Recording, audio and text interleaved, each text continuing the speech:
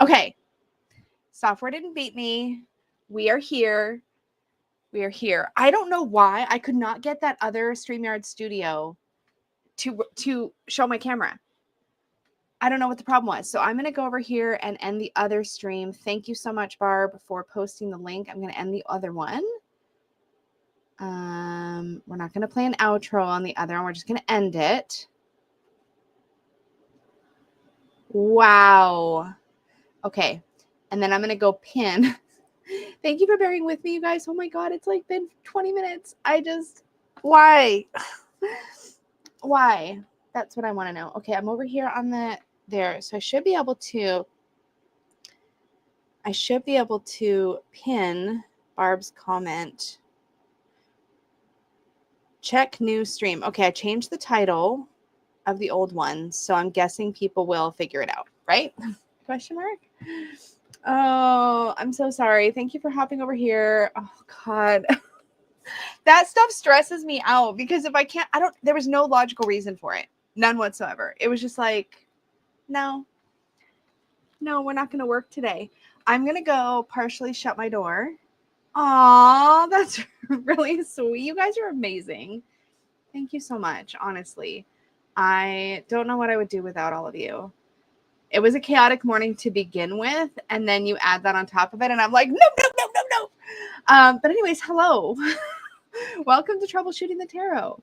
We're going to talk about all the things. So if you are new to these streams, these are a loosey-goosey format. I'm going to answer any questions you guys have about troubleshooting your tarot practice, your oracle practice, your divination practice, like whatever. I'll just give my opinions and thoughts, and it's only worth as much as anybody else's opinion is. So keep that in mind, and I'll tell you what's worked for me or how I'll address a situation, but lean into your own intuitive understanding of things too. I think sometimes we know a lot more than we think we know, but it's nice to have a place where we can hang out and we can kind of hack that stuff.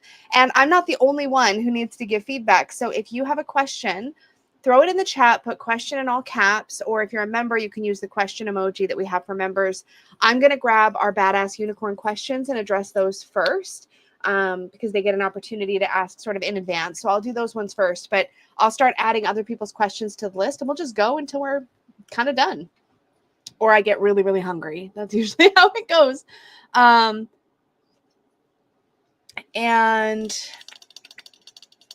what else was I going to say? Oh, yes. If you ask a question and other people in the chat also have opinions, feedback, ideas, share those because this is a group exercise, right?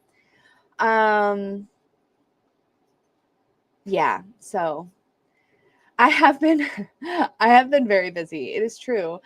I have a little mini update on Unicorn's Journey Oracle. I always hesitate to say anything. So technically, I'm still waiting for the Kickstarter funds to come in, but little surprise tip. I sent the files into production about a week and a half before the Kickstarter even ended, so I could get ahead of things. So I did that. And I checked in with my printer and they are already like the cards are getting like they're edging on right now, which is amazing. Now the shipping takes like ages and ages. So don't get too excited, but we're hoping that they're going to actually ship from the printer, not next week, but maybe the week after, which is ahead of schedule and makes me really, really happy. Hi, Sean. So I'm really, really excited about it. I've already gotten my shipping quote from the fulfillment center. I've already sent what I do. I don't know if y'all know this, but the way the fulfillment works, and I'm just going to chit chat while I get kind of like my bearings. I'm going to fix my door though, because that's going to bother me. I like it to be mostly closed, and then I'm going to get cozy. I'm like hanging out in shorts because it's supposed to be warm today. I'm basically in jammies. Just so y'all know, like this is what I would sleep in. Almost. So we're doing cash vibes. I like wash my hair right before the stream, so my hair is wet. I put some lip gloss on. That's where we're at.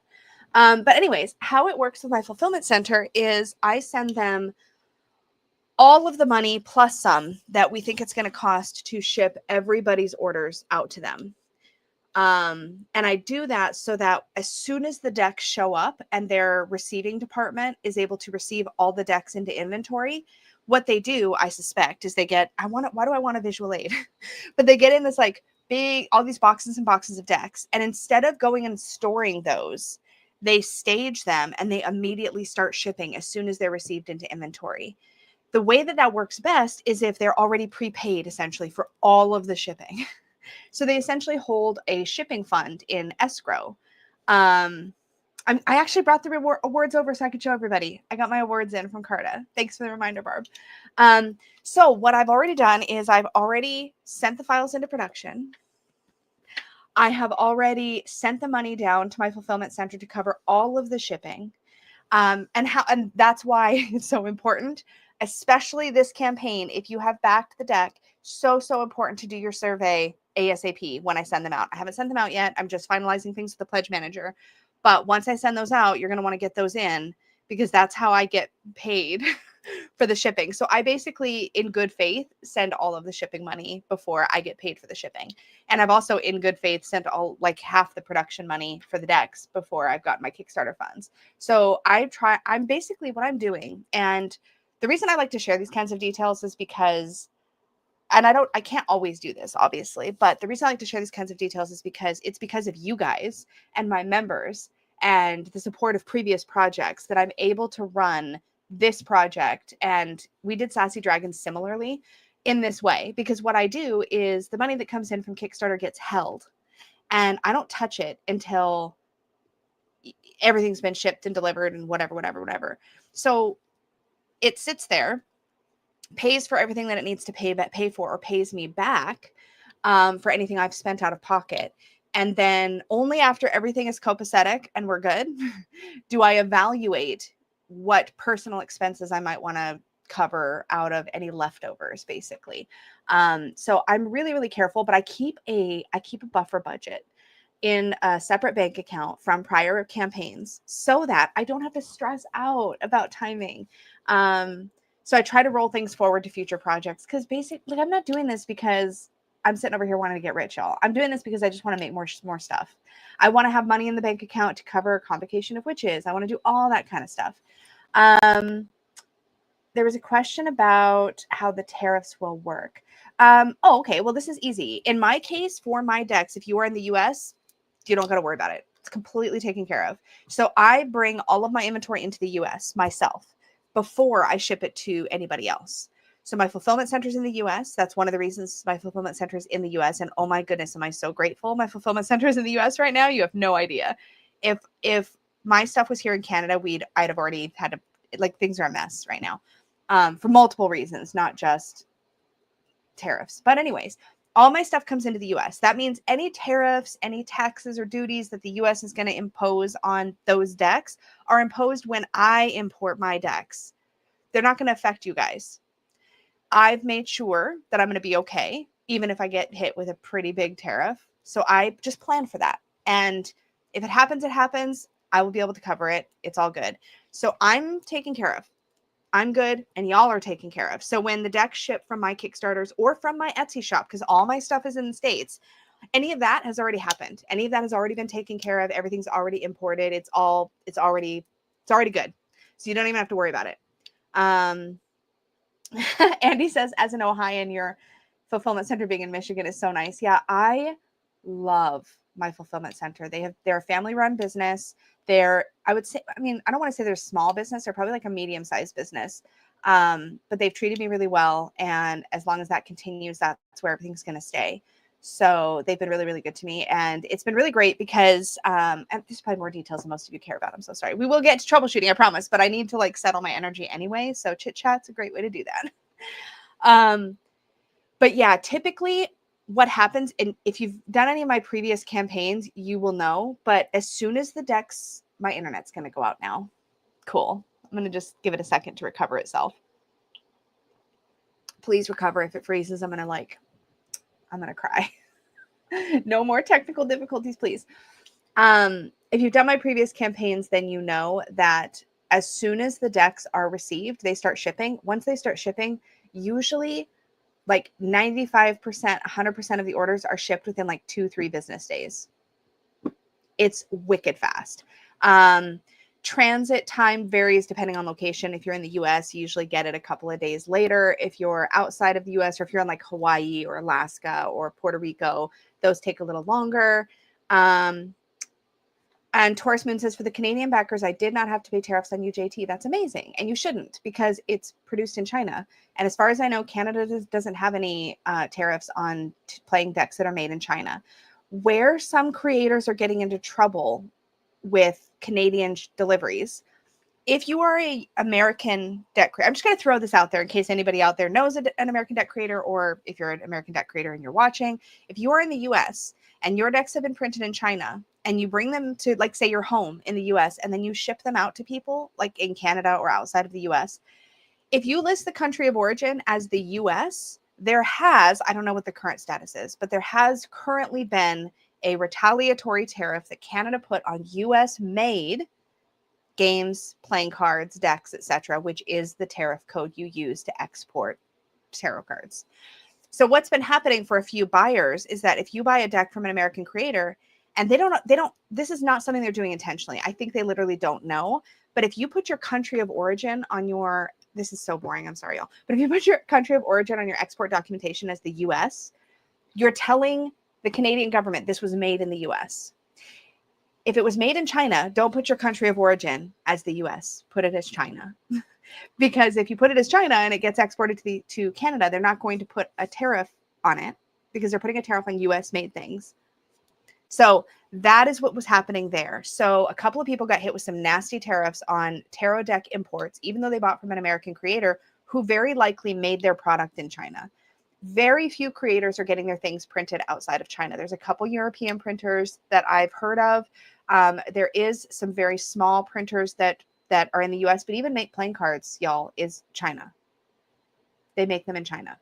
So even though Make Playing Cards is an American company, they print their stuff in China. So anyways, hopefully that helps. But in my case, where the creators that are really struggling with tariffs and things right now are either creators that keep their inventory in China and ship direct to customers, and they're worried that if they ship their thing from China to the US, customers are going to get hit with any China related tariffs on their things. That's a valid concern. If there's a lot of things, if they don't have enough budget or they didn't plan ahead for buffers for things like this, then they may not have the extra cash to cover a sudden tariff on their import. And because everything is so confusing in this conversation about tariffs, it can sound as though you're going to get hit with really, really nasty tariffs. But if you're bringing in your inventory to the US, so again, creators, hopefully this helps. If you're bringing your inventory into the US, then the tariff will not be applied on the price you're charging your customer for your deck. The tariff will be applied on your raw cost, the cost of the physical. This deck, I mean, I don't think I'm going to shock anybody here, but this doesn't cost what I charge you, like physically to produce, because there are a lot of costs that go into making a deck beyond just the printing, the physical cost to produce this item. This has a cost, of course, to physically produce, but I have to pay artists. I have to put in a lot of labor to create these. So there's other things to pay for. There's design software subscriptions. There are, oh my God, there's samples. The samples for this deck were like almost $2,000 just to get a few. There's so many things. Anyways, so punchline is, it's a much less dollar amount tariff for me to import into the US than it would be for you as a consumer to import into the US, because you're going to pay a tariff on the retail value of the deck. I'm going to pay a tariff on what I paid to physically buy this deck, because that's how importing works. Anyways, okay, I'm gonna shut the fuck up about this. But honestly, there's just a lot of panic going around, and it would be great for small creators in general if things got clearer.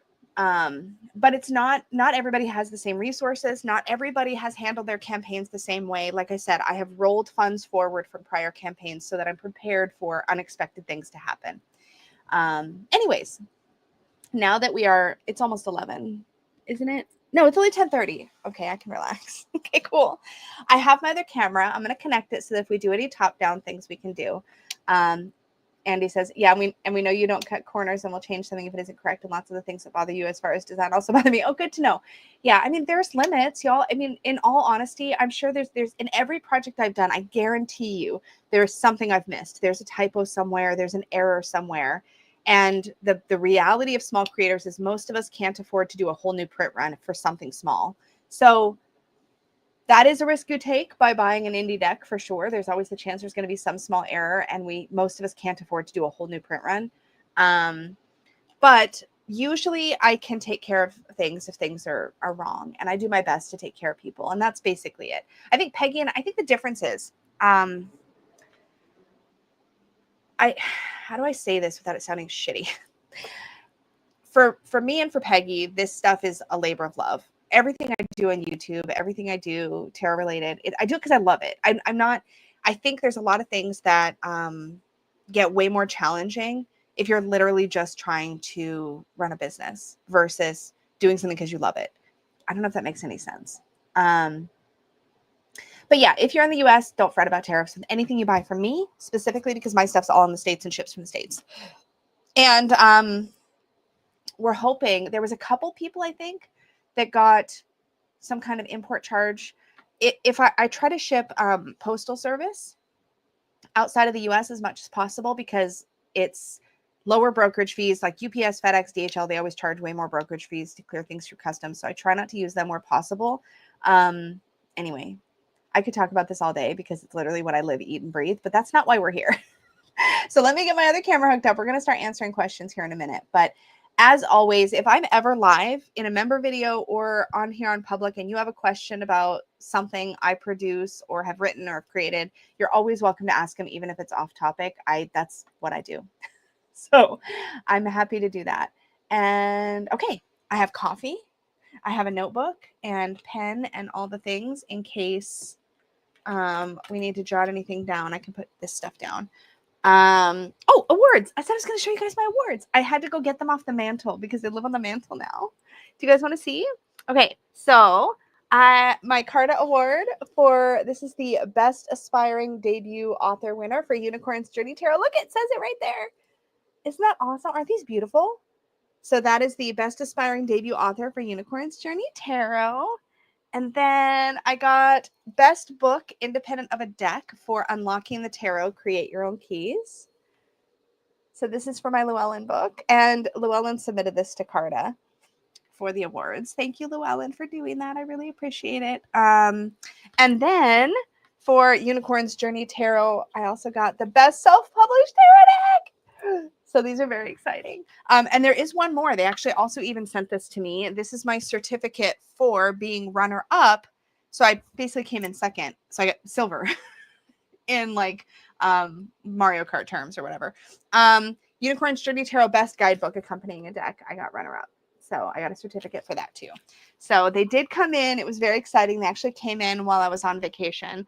And I had them behind me for a member video and like showed them off in a member video, but I haven't gotten to show them here like publicly on the channel yet. So I am like, I've never won a trophy or an award for anything before ever. So I was such a nerd about it, but I'm so excited that they're in. We've literally cleared the mantle and they're like the main thing on the mantle now. It's like crystals and my awards and like a family photo, and that's it. Thank you so much, y'all. Truly, truly, truly. But like I said, none of it would happen without y'all. Truly. Like if you really want to see me like have a whole moment, I've had many moments on this channel, but if you go watch the first announcement when I was beginning to work on Unicorn's Journey Tarot, like I'd hired my artist, we were underway. If you want to see like literally me like just put all of myself emotionally on camera, go watch that. Go watch that video. It was like a live stream and I like totally cried. It was like a whole thing. But again, I wouldn't have done any of this stuff without the support here on YouTube, without my members, especially who through membership, that is how I basically was able to take the plunge and initially hire an artist for the very first project. And it's just grown from there.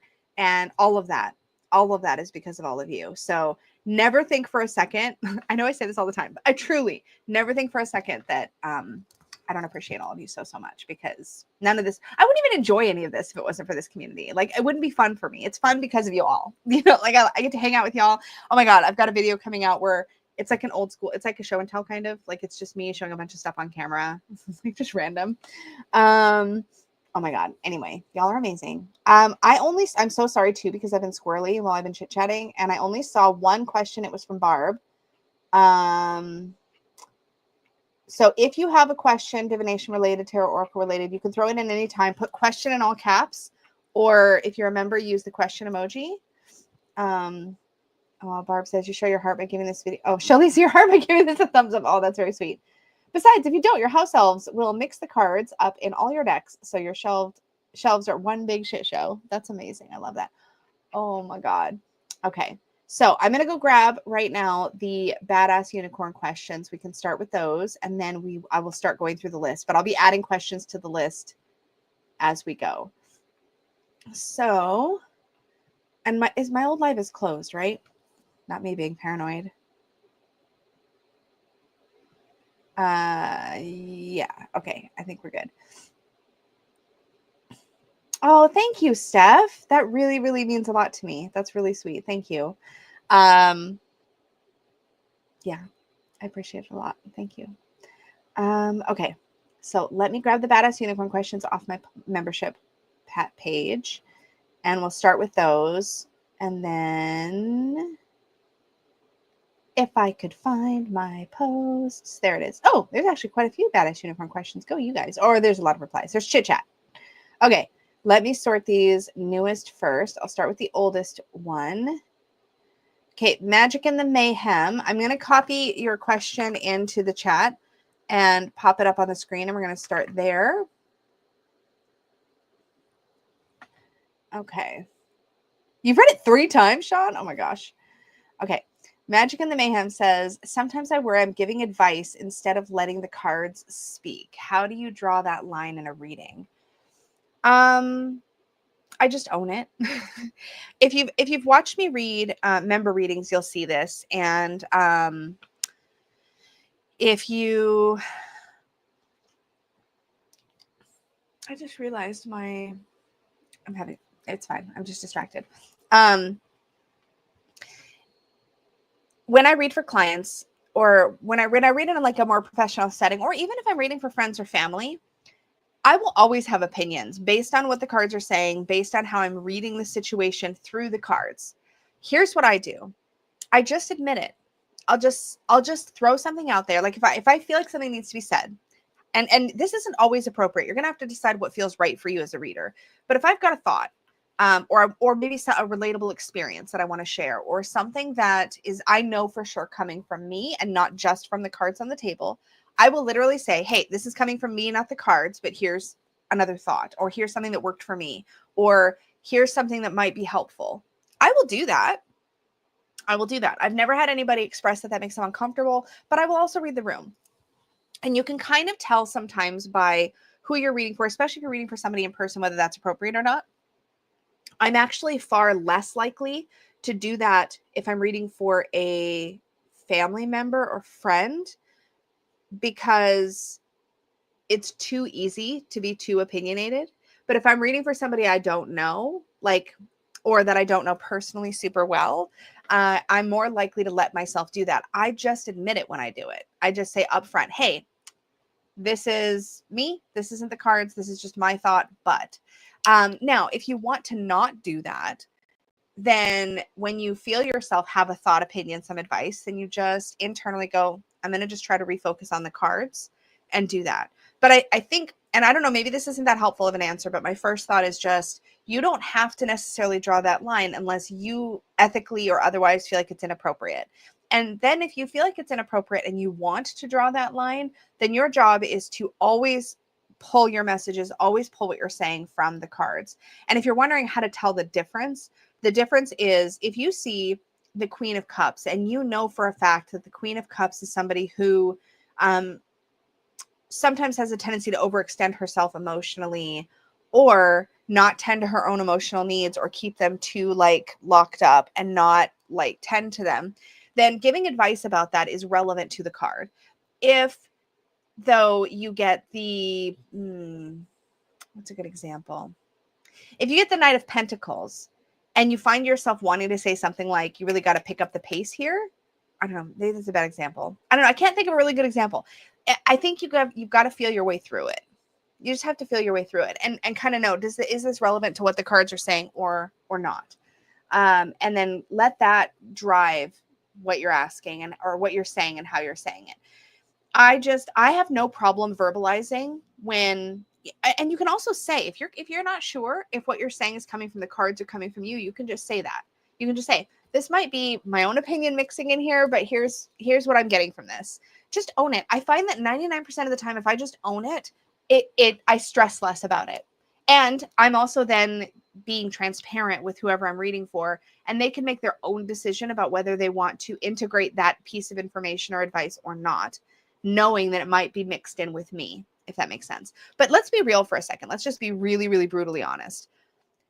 It's almost impossible. In fact, to a degree, you're not doing your job as a tarot reader if you're just only reading what the cards say.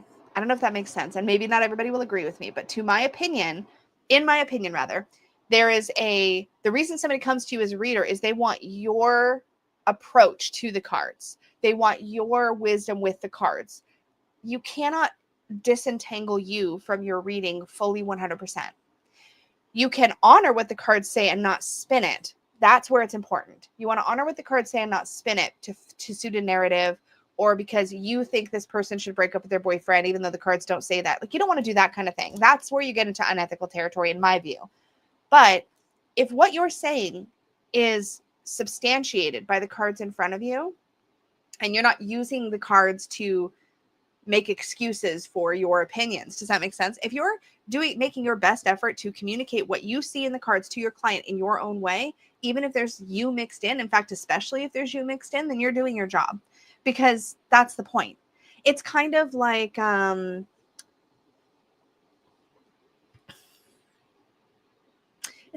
okay, I'm going to say this out of my butt because I have no mental health training whatsoever, but I imagine that with, like, say, a therapist, they're staying within models of evidence supported methods for how to work with a client. But the way they might phrase a question, the way they might direct a client to get where they need to get in these evidence-based therapies is still going to have some of them in it. That's the difference between a good therapist and a not good therapist. Do you know what I mean? Because if there's no personality in it, then you might as well just look up what the card means on the internet or on freaking ChatGPT or whatever and be done with it. We go to readers because we want them. We want their wisdom. We want their energy. We want their knowledge. And we want to blend these all together. Hopefully that makes sense. But I hope that's helpful. But essentially, it's kind of like first deciding, do you need to draw a line? How much of a line do you need to draw? And for me, it's actually really validating when I have one opinion and the cards say something else. Because it shows me that the cards are real, if that makes sense. I know then that it's not just coming from me. That's what I don't want. I don't want to put down cards, get nothing, and just say stuff that's meaningless. I want to pull from the cards and then share. So hopefully that was helpful, Magic.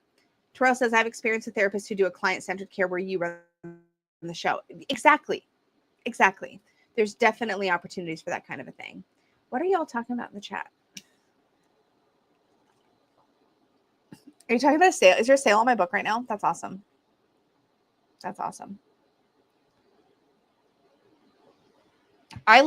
Somebody mentioned the Light Seers. I have the Light Seers Tarot here, by the way, as our example deck because we're studying it right now in the membership and it's incredible. And by the way, I feel like I can say this. I just don't have the date yet, but all of you watching, Chris Ann is going to be coming on the channel in September. Everybody get excited. We're just trying to pin down a date right now.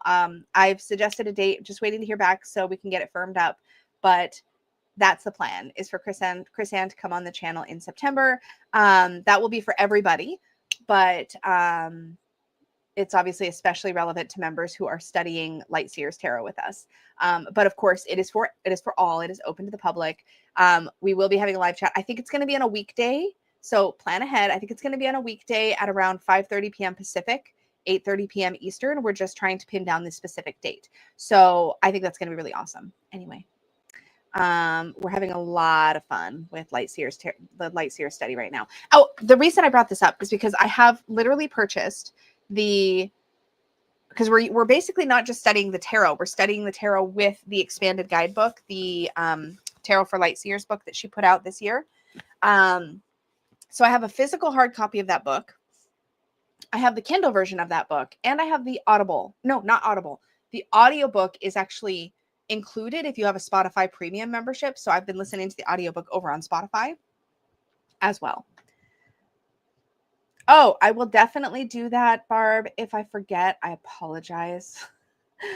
In fact, I will tell you, did I write down our tentative? Did I write down the tentative? I might not have.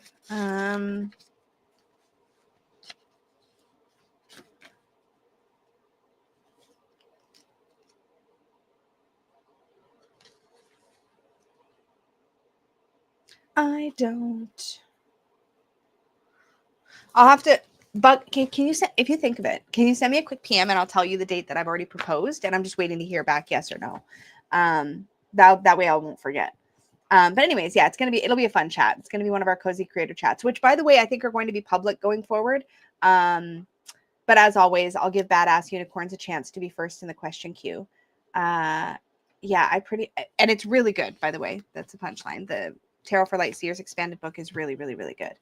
Anyway, okay, let me see what's next on our list. So we have Michelle Russell, and let me pop this into the chat and then I'll read it out loud. This is probably going to scroll over multiple comments, so I will pop the first part of it in the chat. So Michelle Russell asks, how do you keep from second guessing yourself when pulling cards? I've experimented with several shuffling techniques and some feel better than others, but I will still keep feeling like, is this the right card? Oh, wait, is this the one? And questioning my intuition about which cards feel right. So let's just do one of these doohickeys. Okay, let me get my stuff out of the way. I am holding this coffee like it is like my precious little baby. I need to put it down. I put the lid on it so that hopefully it'll be like less, I had to pull this, oh gosh, whenever I do that. Okay. I've just got a notepad and paper in case we need it, but I like to be tactile with these questions. I took the pocket Lightseers with me to Portland and now I can't find it. But I also don't think I'm going to keep it because I just keep going back to the full size, but it was useful for travel, I will say. But legitimately, I now can't find it. And I'm like, did I put it in my chopping block decks bin? But I don't see it in my chopping blocks deck bin. Like, I literally lost it. I have no idea. I'm like, did I leave it in Portland? But I'm pretty sure I didn't. So, like, I don't know. I'm missing it. But I also had the pocket. This is the Hay House mass market version from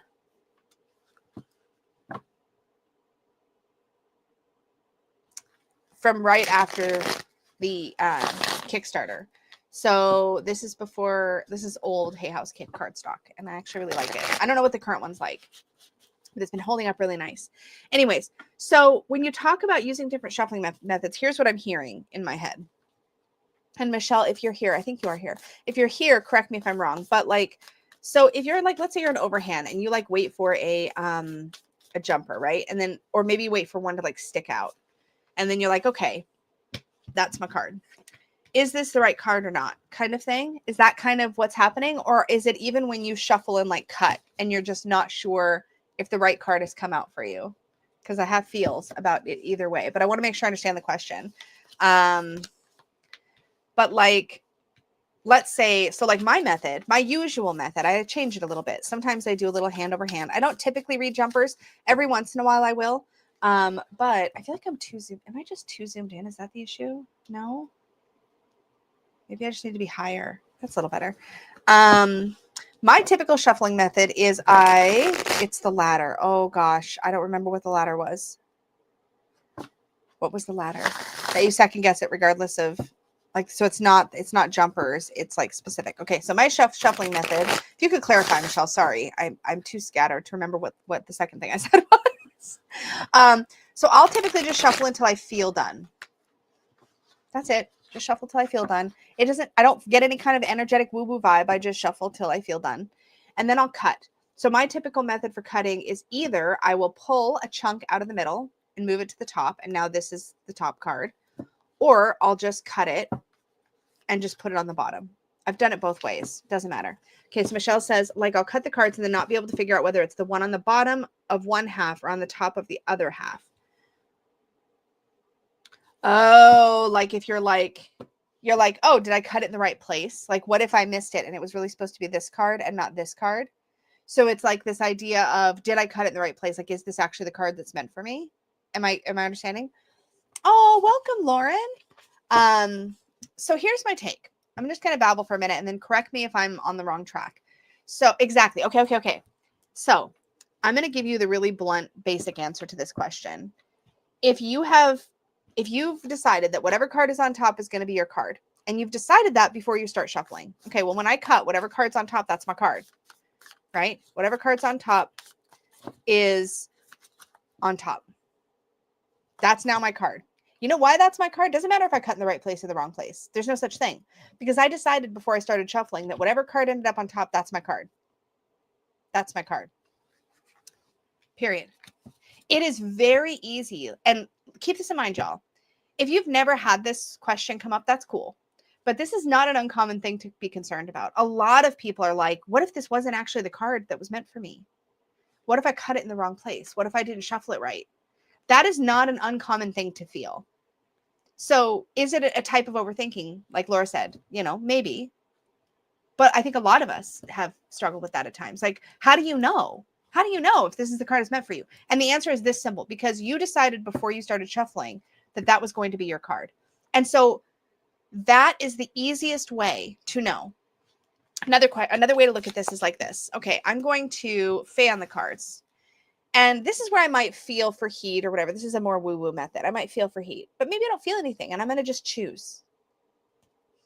But I know that whatever I choose, that's the message that I need right now. It doesn't matter if I felt something. It doesn't matter.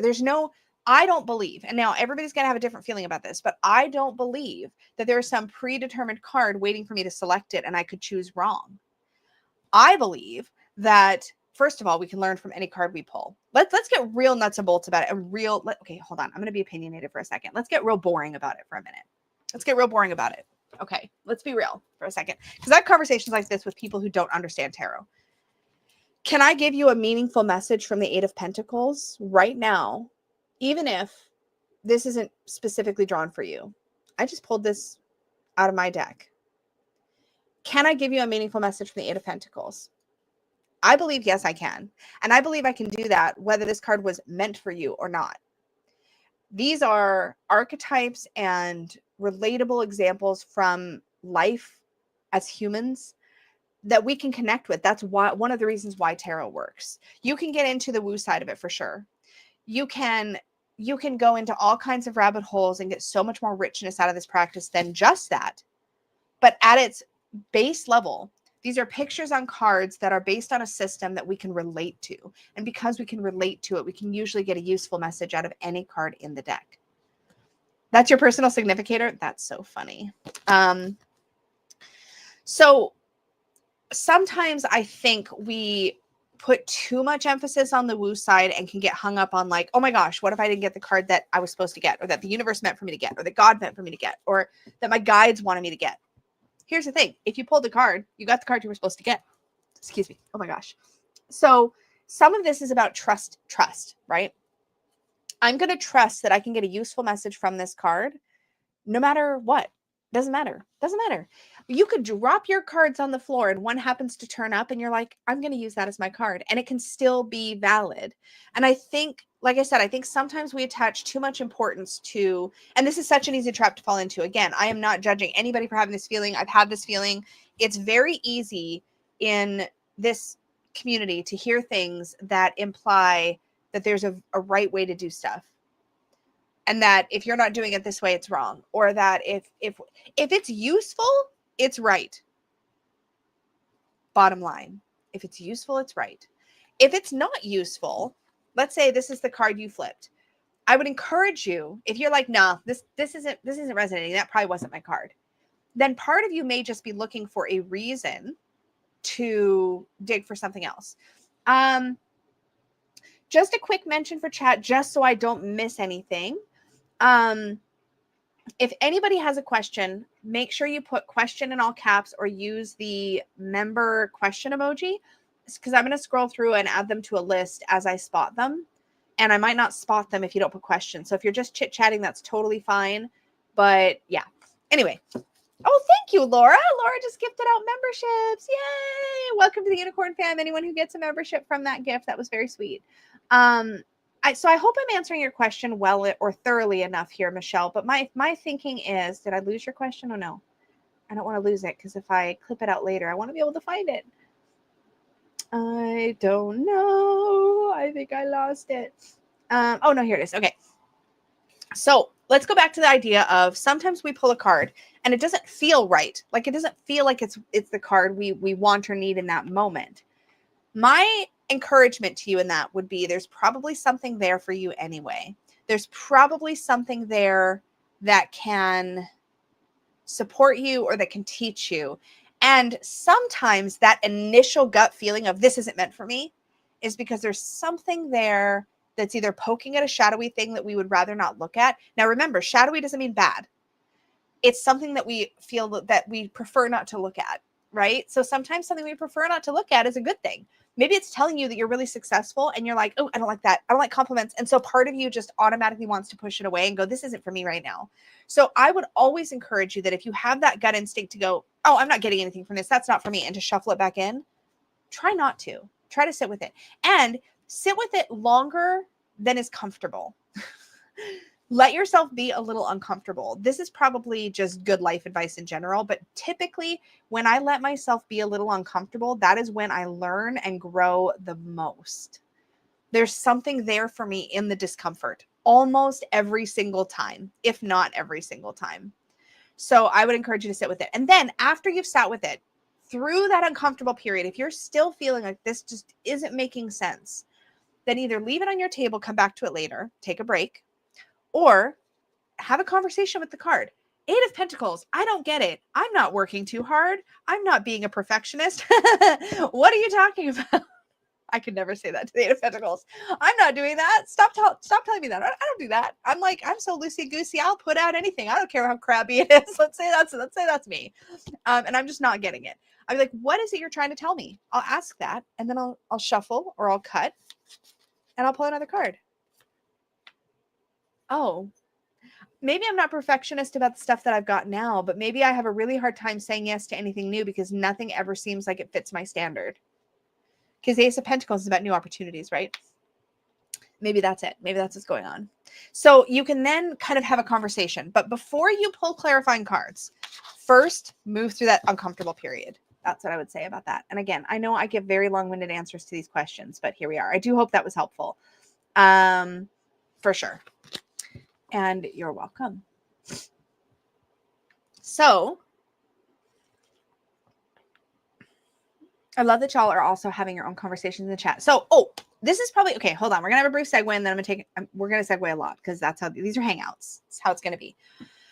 I am kicking off 2 new series on the channel in September that I wanted to tell you guys about because I'd like you to be prepared to look for them and give me feedback if you would be so kind, as to whether you find them useful or not. Because every time I experiment with content on this channel that is not deck show and tells, it tends to not do very well.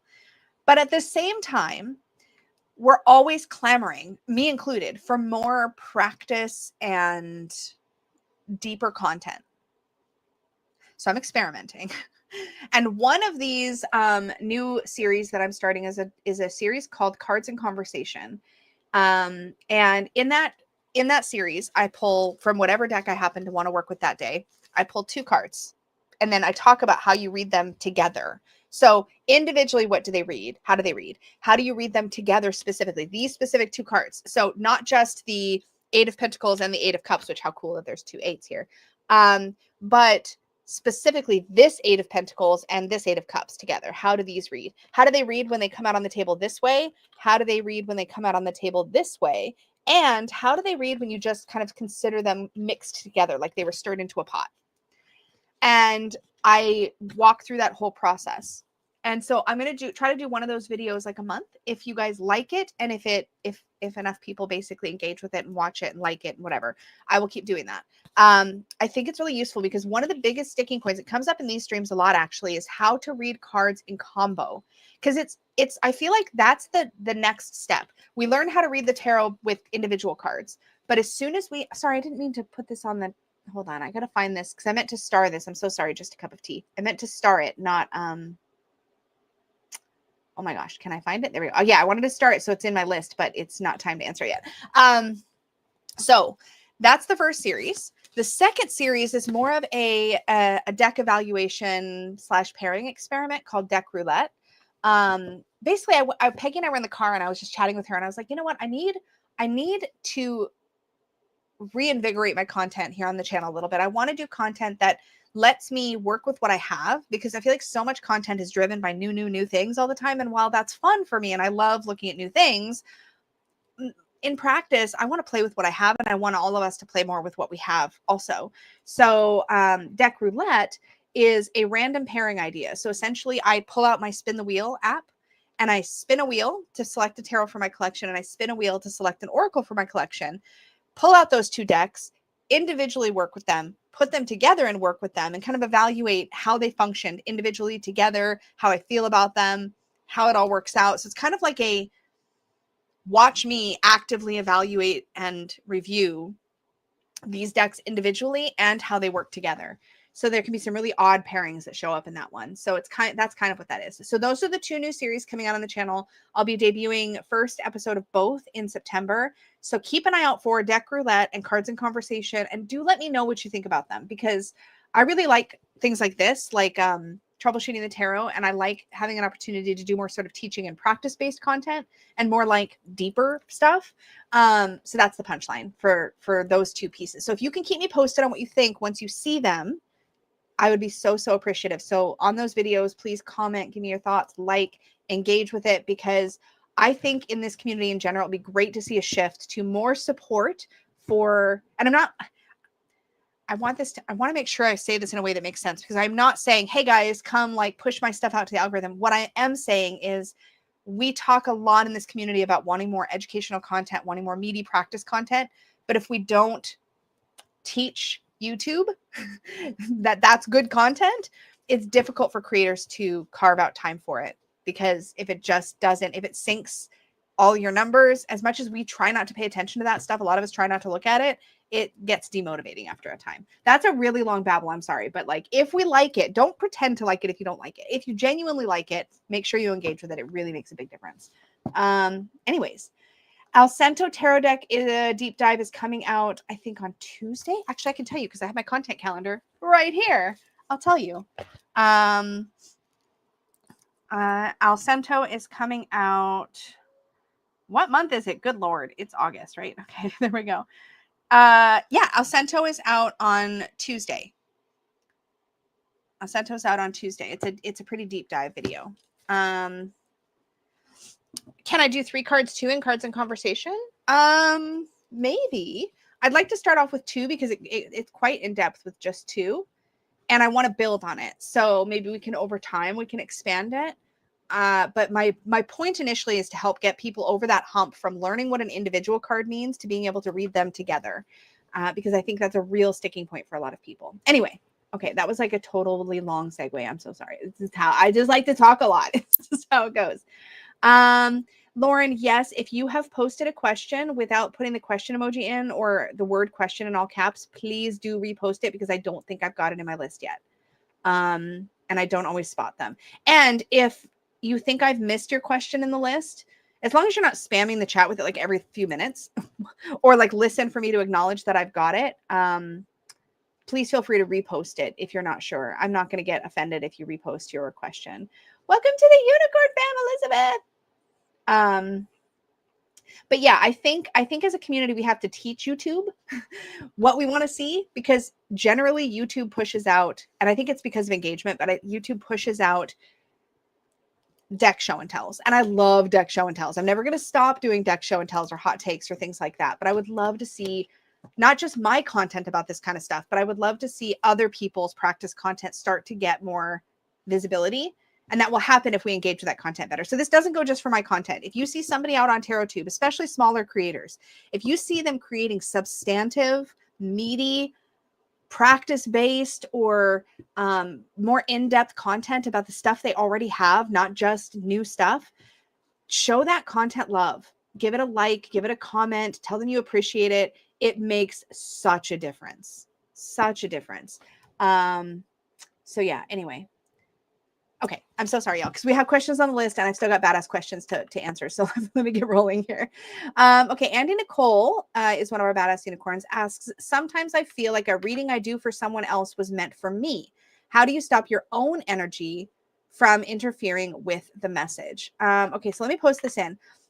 And oh, something else I want to say. I think I may have answered this question in the past. I don't care. I will answer the same question every single stream. It doesn't bother me at all.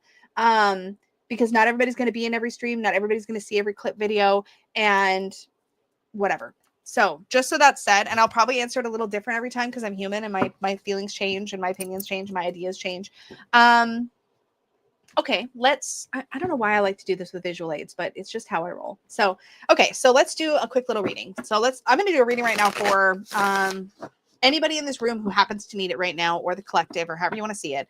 If it feels resonant for you, then it's for you. Cool, cool, cool, cool, cool. That's how it works. Okay, so let's just see. Oh, is my deck upside down? Sure is. I don't read reversals, so we're just going to flip this whole thing up right side up. Okay, so Two of Pentacles, the Magician, and the Fool. Now, typically when I'm just pulling out 3 cards, energy, obstacle, advice, I don't care if y'all get sick of it. It's just a great go-to. It's my go-to answer any question kind of reading. So Two of Pentacles is the energy. Somebody, or maybe all of us, are stuck in this energy of like, okay, I've got to keep this going smoothly. I've got to keep this going smoothly. I've got to keep this person happy and this person happy. I've got this responsibility and that responsibility. And I'm trying to just keep it all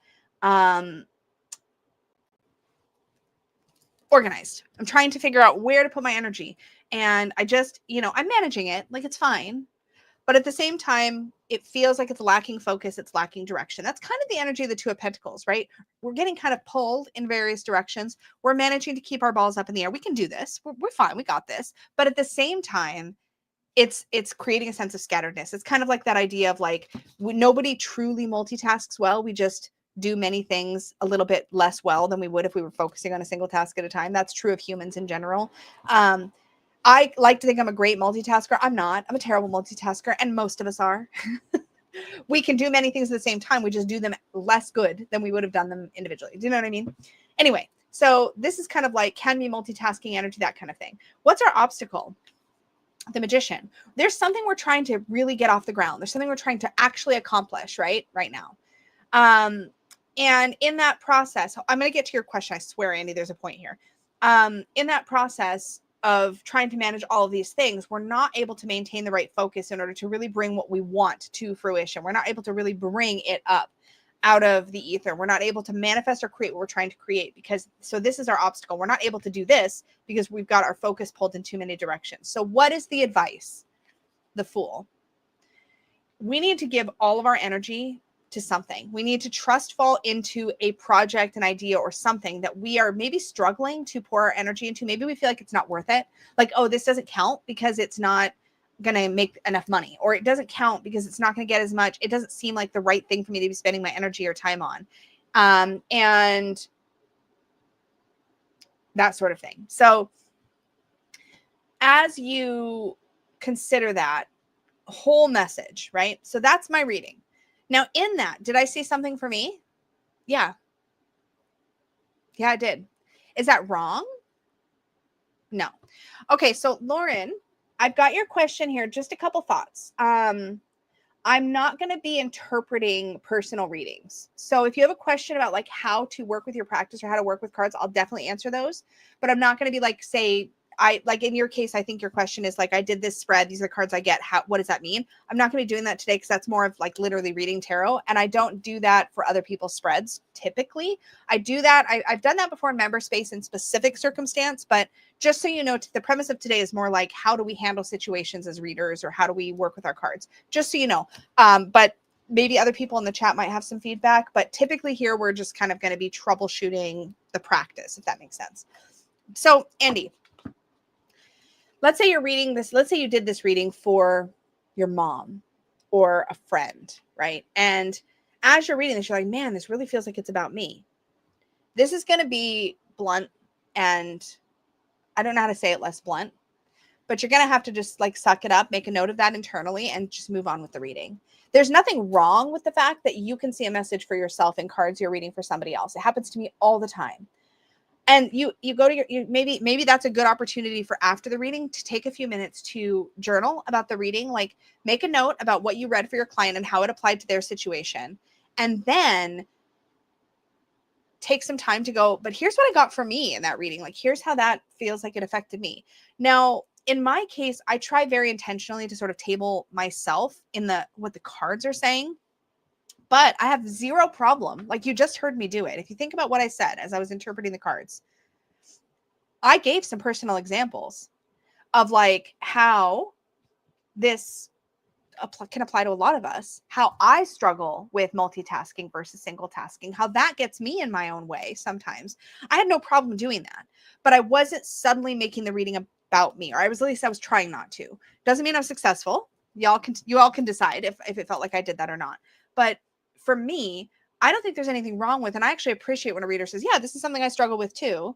So this is relatable, because these cards are relatable. So in this case, the solution, and he's like, this reading is resonating, keep going. Yeah, so the solution in this case is to give yourself over to the thing that maybe you feel like you shouldn't. That's kind of what I feel like the Fool is saying. Like, a good example of this is like, we're putting our energy into, say, parenting and being a good spouse and being a good friend and working at our job. But there's this creative thing we want to do. And we're also trying to put some energy into that, but we're not making any progress with the creative thing. And society says we should be really putting most of our energy into those other things. The Fool is inviting you to put more energy into the creative thing. And if you really want to manifest something, that's what you're going to have to do. Does that make sense? But yes, Lauren, please feel free to ask general tarot practice, related questions. How did somebody word that? Generalized questions about reading. Yes, feel free to ask any of those. I'm more than happy to answer them. And it's your first time, so I just wanted to clarify. But there's zero judgment, promise.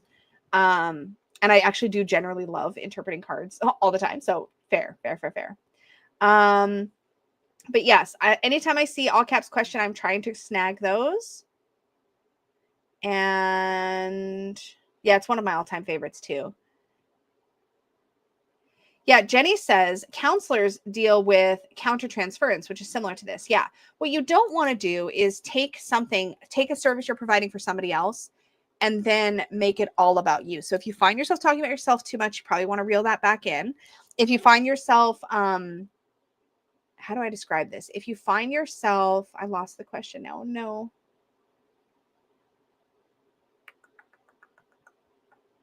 There it is.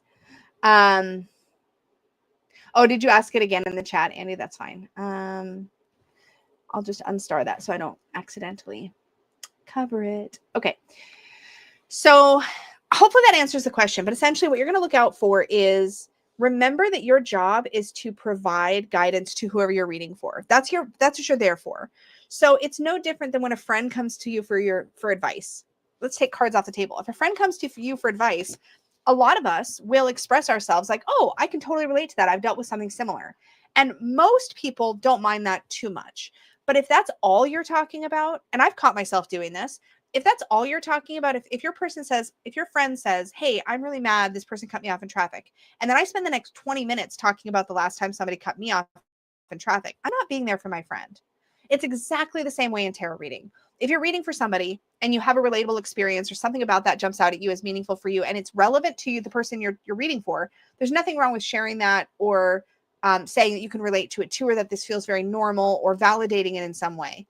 However, what you don't want to do is redirect all the energy and focus of the reading to yourself.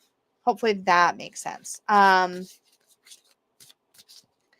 Okay, so Lauren, this is a really good question. So let me think of it. Hopefully sorry, before I get distracted. I hope that helped, Andy. I hope that answered your question.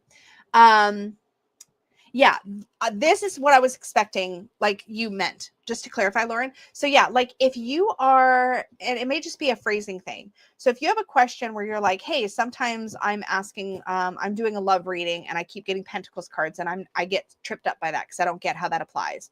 Or I never really get how a court card can answer a question about a situation. Or do you know what I mean? Like, so if you can give an example of sort of a general thing that you experience a lot as a reader that comes up and kind of stumps you, that would be great to break down. So if you can think of a way to phrase that so I can understand what you mean, that might help, because it might just be that I wasn't understanding the question, which is completely valid. It happens all the time. Okay. We've got one more badass unicorn question, then I'm going to start working on our list. And please feel free to keep popping questions in the chat. We'll go until I can't go anymore. So it's totally fine. And so this one is from Becky, one of our badass unicorns, who asks,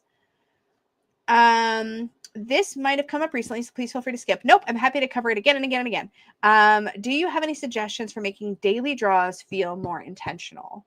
Yes, I absolutely do. And I love talking about this because when my daily draw practice gets boring or robotic, that's when I stop doing it. And then it doesn't help me anymore. So let's talk about it. So let's talk about the classic card a day, because I kind of hate it. Sometimes I get back into a groove with it, but here's the thing.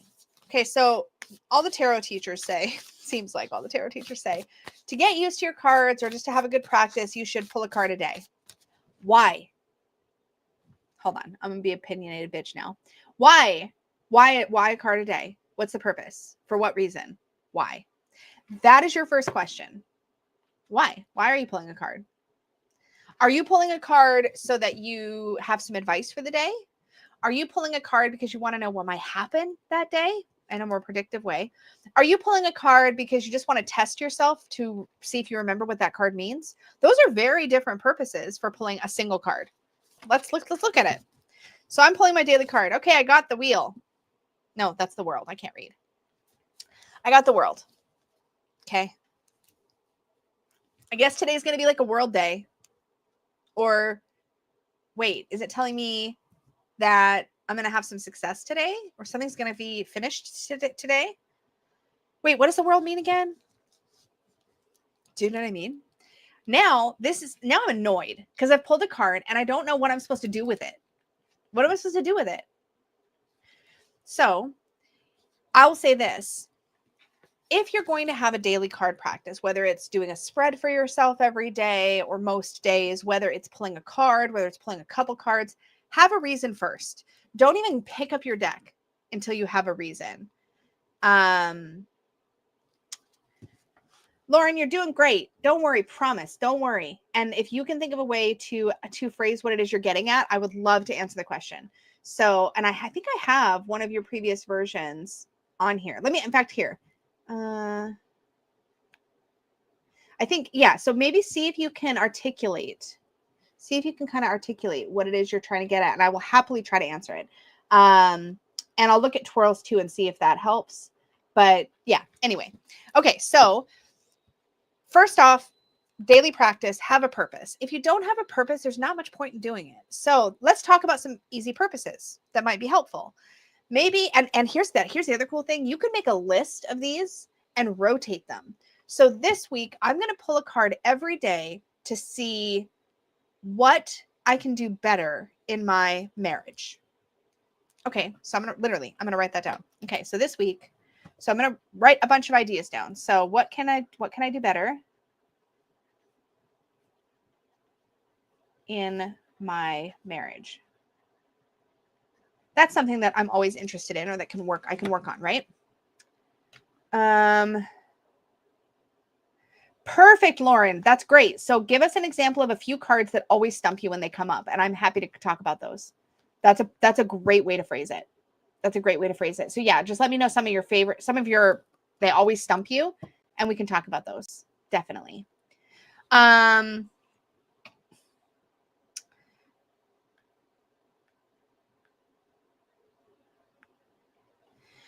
So let's think of some other reasons. Something else that applies to your own journey that might be useful to do a check-in about once a day. So I might do, how can I be a better friend today?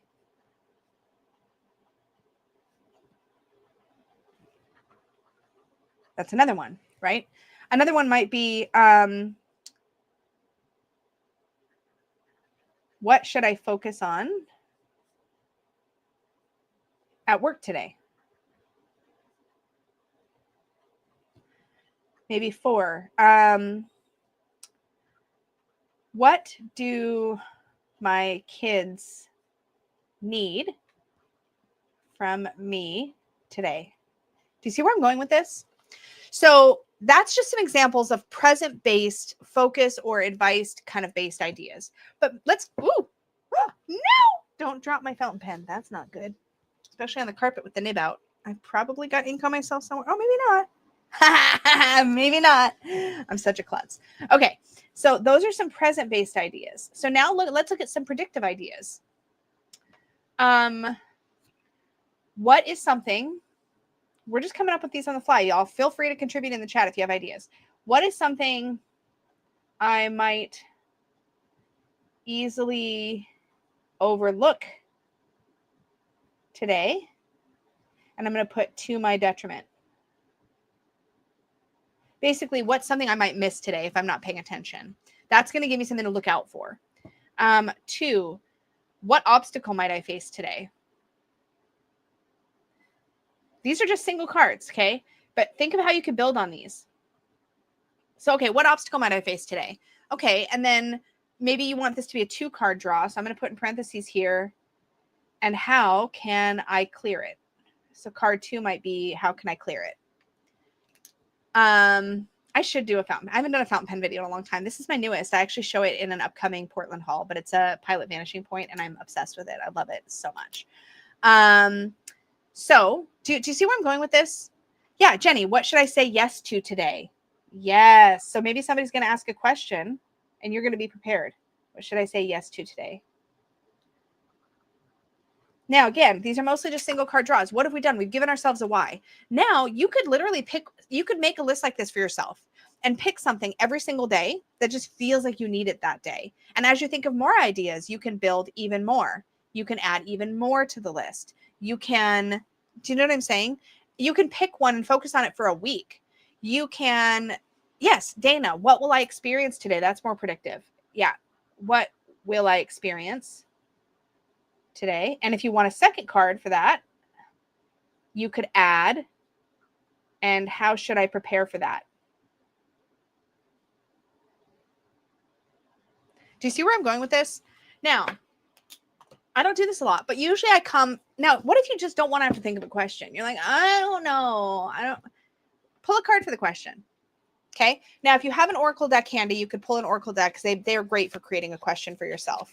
Yeah, the chat gets super busy, Lauren. Oh my God. It really does. So I think I missed somebody's question. Yeah, got Roberts. I'm going to do a quick readout of who's on my list right now.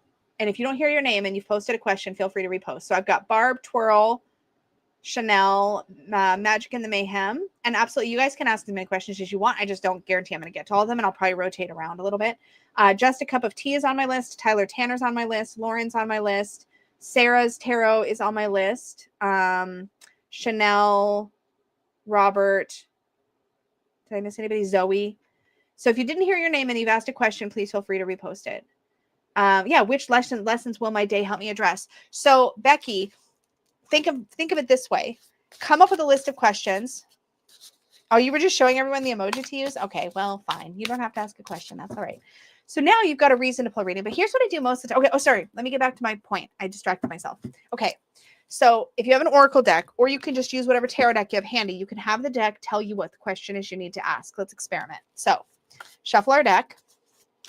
Our intention is that the card I pull is going to create the question, okay? So we have the Knight of Swords. What do we know about the Knight of Swords? Just throw whatever out in chat you want to throw out. So we know the Knight of Swords tends to rush into situations. They're very justice-minded. They want to do right, but they're also very quick to respond and react. They don't always pause to think. They're definitely all about think quick, move quick, do quick. Like they're very go, go, go, right? So what question, if I see this, what question feels relevant to me personally? And I might ask myself, I might look at this and go, ooh, maybe my question is, how can I slow down today? How can I slow down today? So now I've got a question. Now I've got a question. 9 of Pentacles. Oh, this is actually really beautiful. Recognize how much work I've already done. Give myself permission to take a breather. This is actually super relevant to me because I did a lot of work last night. I filmed like 4 videos. I've still got to edit those videos. And typically I would try to edit them right away, which means that my normal routine would be I would finish this live stream, grab some lunch, and then probably sit down in front of my computer and just edit for the whole rest of the day. And I don't think I'm going to do that. I think I'm going to take this message and go, you know what? I've accomplished a lot. None of that needs to be edited right now. So I'm going to just chill and maybe play some video games with my wifey. Maybe play a little of my solo RPG. Maybe do some reading. Maybe watch some tarot tube. You know, I'm just going to chill. So I got a perfectly meaningful message for myself for the day because at first I didn't want to think of a question because I just don't feel like it. So I let the tarot help me think of a question. And then I pulled a card to answer that question. And now I've just done a really meaningful reading for myself. And it's not just a robotic card a day. That card a day practice, man, I have so many opinions. But the other thing I'll do, and this is my go-to, if I just don't know what to do, I always will just do an energy obstacle advice. Okay, energy, what's my energy for the day? What's an obstacle I might need to face? And what's my advice for dealing with that obstacle? That's a go-to for me. It's helpful. I usually find it useful and it's interesting. So if I can't think of anything or I don't want to bother doing any of these other exercises, I will do that. But at the end of the day, I think if you're forcing yourself to do something, and there's a second half to this idea, if you're forcing yourself to do something and you don't see the benefit in forcing yourself to do that thing every single day, you're not reaping any result from doing that thing every day, even though you don't really want to, it's probably not for you. Now, there's things that we make ourselves do because we see a long-term benefit. Like it's not always exciting to get up every morning and brush your teeth, but we brush our teeth because long-term we enjoy the benefits of having better teeth, right? So sure, there's times when showing up every day and pulling a card is beneficial for you long-term, even when it's not exciting, even when it's not super inspiring. But if you're also noticing you're not getting a long-term benefit, you don't see the value long-term, don't force yourself to do something just because people on the internet or anywhere in books or whatever say you should do this thing every day. Like, I don't pull cards every single day. There's plenty of times I go several days in a row without pulling a card for myself. Sometimes even longer. So trust yourself, do what feels right. But hopefully these tips were helpful and answered your question. Okay. Why are you ashamed, Stardust? I racked my brain but couldn't come up with anything to ask today. I'm a non-contributor. I've brought nothing to the table. I'm ashamed. Stop it. You know better. Oh my God, that coffee is so good. It's so good. Okay, now I'm on my list. So if you're not on my list, feel free to get added to my list. Okay, Twirl's first question was, sometimes I get a vibe about a card wildly different from its meaning. What do you do when your gut clashes with your knowledge? I go with my gut. I go with my gut every single freaking time. You know why? Because when I do, I give and receive for myself the most incredible readings every single freaking time. So let's talk about this in practice. In fact, it's one of the things that I think is the most cool about the tarot. So the only time when I will maybe slow my roll on this is if I have a personal opinion that I think is interfering with my interpretation. So I'm reading for somebody and I think their boyfriend's a dirtbag, right? And the card I pull is the Lovers. And I'm convinced that means this person needs to walk away. I might need to second guess myself a little bit and ask if that's my personal opinion projecting into the reading or if that's gut. But outside of that scenario, right? If you pull a card for somebody, and here I have the Empress, and as soon as I pull this card, something about looking at this card or what was happening intuitively for me in that moment, what I'm feeling is that this person needs to, what's a good example? I've had it happen where like I'm looking at a card and suddenly I'm imagining dandelions or something, right? And I might say, when that happens, I try really hard to say it as soon as it happens, to say it out loud. Hey, for whatever reason, and maybe this is nothing, but I just got this really strong image of dandelions. Does that mean anything to you? Or maybe I pull a card. Here we have the 8 of Pentacles. And I'm like, I think your life's kind of a mess right now, actually. You know, and I don't have a problem admitting, like, hey, typically the Eight of Pentacles is actually about order and being a little bit perfectionist and doing the same thing and getting a result. But for whatever reason, when I pulled this card for you today, what I really felt was like that things are just a mess right now, that they're just in absolute chaos, and you're not feeling like anything is perfected, and you don't feel like you've got a groove about anything. I will say it every single time. And it's hard to do that because it really pokes at imposter syndrome. It really pokes at and asks you to trust yourself. It really can be uncomfortable because you're like, oh my God, this person's going to think I'm a crackpot. And it's especially hard if you're doing this when you're reading for somebody who you know knows tarot, which is why I will often give myself permission to say, hey, this card usually means this, just so you know. But for whatever reason, this is what's really jumping out at me right now. And this is what I'm getting from this. And I always give my anybody I'm reading for permission, like, to interpret the card or to interpret from whatever I say based on their own intuition. I always remind them, like, you know yourself better than I can. So take what resonates. Like, if this doesn't sound resonant, it doesn't have to be. I'm not going to be 100% right about everything. So take what works for you and don't worry about it otherwise. Yeah, Terrell says, I recently saw Danny read the Five of Swords as lashing out from a place of fear. I've never seen the card like that, but it was bang on for the reading. Exactly. And Danny and I have had this conversation a lot because she and I read similarly in that way. We have no problem. If we see something different in a card, we have no problem saying it. For me, it took a long time to get comfortable saying it. I know, Eight of Pence again. Isn't that weird?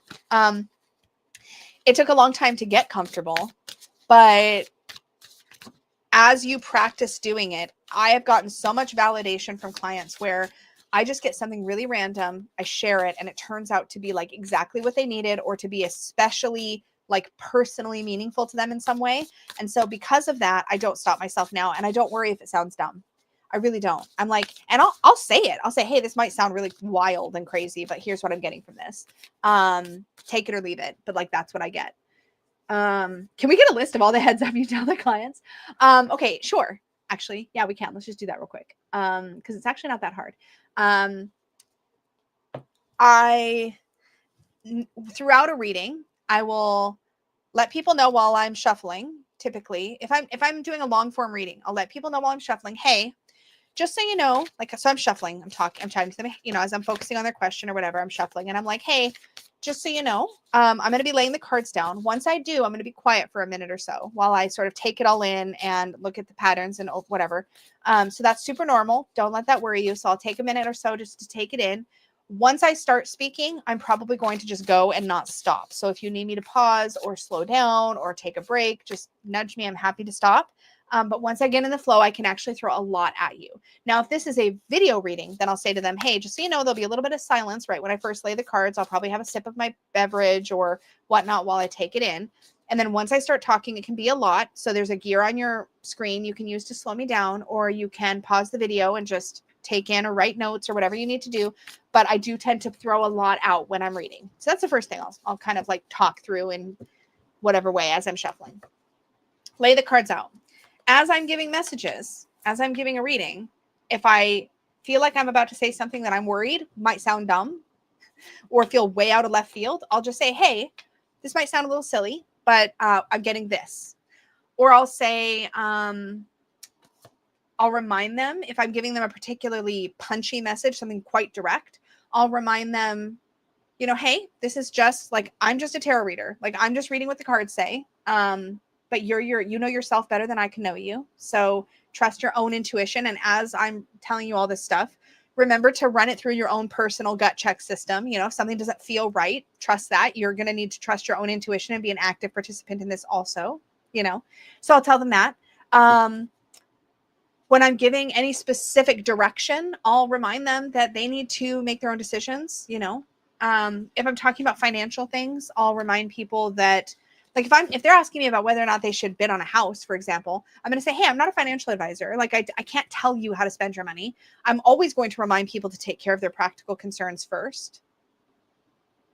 So if somebody's asking about a big purchase, for example, I'll say, obviously, if you can afford it, or if they're asking whether they should leave their job, I'll be like, make sure that your practical stuff is taken care of. Make sure you're okay and safe financially. But here's what the cards say. They say, yeah, it's time for a leap, you know? So what I basically try to do, the this is going to sound really egotistical, but I don't know how else to say it, is I kind of try to take the same approach that like a doctor would take and just do no harm. If my main goal in a reading is to do no harm, then it becomes really easy to know what sort of disclaimer I want to give or what kind of reminder I might want to give my client. I never want somebody who's gotten a reading from me to leave feeling like they are defeated or disempowered, or they don't know what to do next, or they're lost, or they don't feel validated or seen or heard.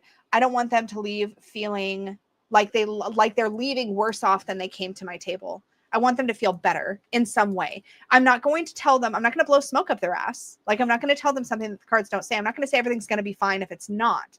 But I am going to say, here's how you can support yourself through this very, very difficult experience. And I'll pull extra cards if I need to get those messages. Or I'll just say, hey, this is what the cards say. But me as a human, I'm going to tell you, here's how you can support yourself.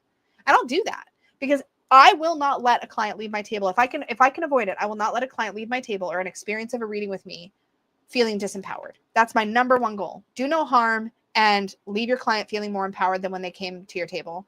And if you think those things, and then the other disclaimers that I give are just things to put my own mind at ease. If I feel embarrassed about something or I feel self-conscious about something I'm saying, I'll just own it. I'll be like, hey, I feel like this is kind of a weird out of the blue thing, but I'm getting it, so I'm going to share it. I basically assume that anything I get during a reading is for my client to decide if they want or not, and not for me to like filter and decide whether they want it or not. Does that make sense? So I try to let my clients do their own adulting and decide, if something's relevant or not. And if it's weird, I'll say it. I'll say, I think it might be weird, but here's this thing. So sometimes I'll say a disclaimer because I just generally want to let myself off the hook from feeling embarrassed. So I just own it. If I'm saying something really, really intense, I might say, hey, I could be wrong about this. You're basically aggressively typing in a Word document. I love that. That's amazing. So yeah, I hope that answered your question though about if you get a card that's wildly different from its meaning. I'm going to skip to Jenny for a question. I'll come back to you, Twirl, because I know you've got quite a few on the list. So I'll kind of bounce around a little bit. So Jenny's question is, I need help understanding and clarifying some wands. I love this question. I need help clarifying some wands. The 5 and 7 are both about a challenge and conflict, but also the 7 and 9 are both about protecting yourself, setting boundaries, and defense. This is great. I'm now curious because I don't remember which ones of these I covered in the book, but we're going to check. I actually have a section in the book about this that I am so proud of. That was actually inspired by streams like this, where I actually look at cards that seem very similar. Yeah. So it's called Don't Let These Mix-Ups Trip You Up. So in this, I covered Justice and Judgment, the Hermit and the Hanged Man, Death and the Tower, the Sun and the World, 2 of Wands versus 3 of Wands, 9 of Cups and 10 of Cups, 5 of Wands versus 5 of Swords, 8 of Swords versus the Devil, 2 of Cups versus the Lovers, 2 of Pentacles versus Temperance, 6 of Swords, 8 of Cups, Pages and Aces. Oh, that's it. Okay, so I didn't cover these ones, but let's talk about it now. Okay. So let me find our wands in question. So we have the 5, 7, and the 9.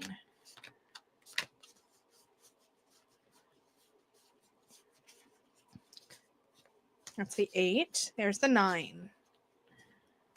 What are we missing? 5, 7, and 9. We need the 5. Okay. I love these kinds of questions so much. There it is. There's the 5. Okay.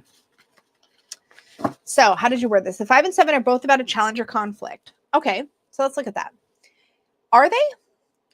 Is my first question. Are they actually? So here's what I would argue. The difference between these two. So the 5 of Wands to me is about a situation where there's, I would say, less conflict, more competition.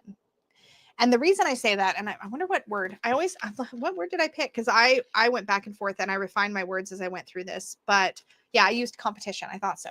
But my alternate keywords are test and friction. Okay. So we've got competition, test, or friction as my top, we'll say my top 3 keywords for the 5 of Wands. So in the 5 of Wands, and other people feel free to chime in as well in chat on how you see these cards. But the 5 of Wands for me, and in this case, Chrisanne is depicting that these characters are all trying to get to this particular flame. Okay. They're all trying to get to that flame. We're actually studying the wands this week, so this is especially relevant. Okay. They're all trying to get to this flame. Some of them are focused on where they're trying to get to, like these 2 characters. Some of them are focused more on each other or on trying to like beat each other, that they're not even looking at the goal. Okay. Some of them are willing to climb all over each other to get to the flame. And some of them are going to work more cooperatively. So this to me is about how we interact with others when we are in a position of competition. Yes, they are both dealing with a challenge though. I agree. I'll get there. I promise. So here, the challenge feels more like the challenge in our interplay with others and how we can work together versus not. Okay. This is about we're in it and we're in it with other people in some way. Too many cooks in the kitchen is a good way to think about this card.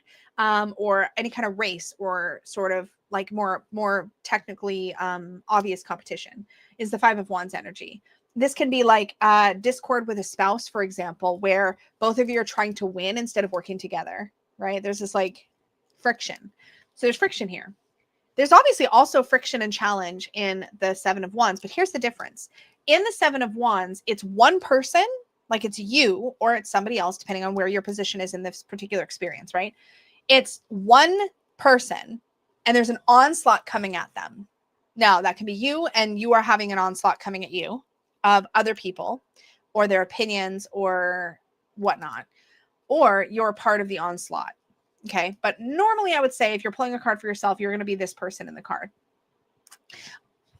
I like this because when I see this card, the first thing I think of is that this card is more about protecting your peace, protecting yourself, standing up for yourself or defending your position than it is about the conflict itself. It's about how you are responding to conflict coming at you, especially unwelcome. This is unwelcome attention, right? Like you're getting some kind of like slew of negative opinions. A good example of this is like you make a social media post and there's a dog pile under it, right? Like that's like a 7 of Wands moment. How are you, the person that is getting like blasted in this situation, going to handle that situation? And to me, the message here is to not let other people disturb your peace. So there's an element of like holding your ground. There's also some elements in the 7 of Wands about being on the higher ground. Like, and that can be a double-edged sword. You're either so convinced that you're on the higher ground that you're not listening to anybody else and you're not open to learning or challenging your perspective, which is potentially a problem. That's a shadowy side, right? Or you have the moral high ground, and so you don't need to agonize about all this other shit. It doesn't matter. If you truly know you're right about something and like this is the right position and you feel good about that and that feels right for you and you know that that's right, then discarding other people's opinions is the correct response. Does that make sense?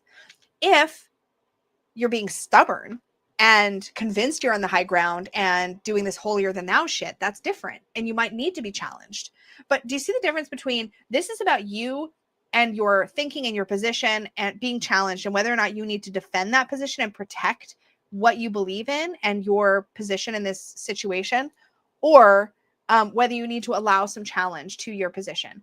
This is engaging in a situation where everybody is trying. Oh my gosh, I have like just the tiniest headache growing and it's making it difficult for me to like articulate. Am I differentiating these enough for you? Are you feeling like you're seeing the differentiation? Let me know. If you need me to come at this from a different angle, I'm happy to. But I feel that this is a much more passive, how are you going to respond to a situation kind of card?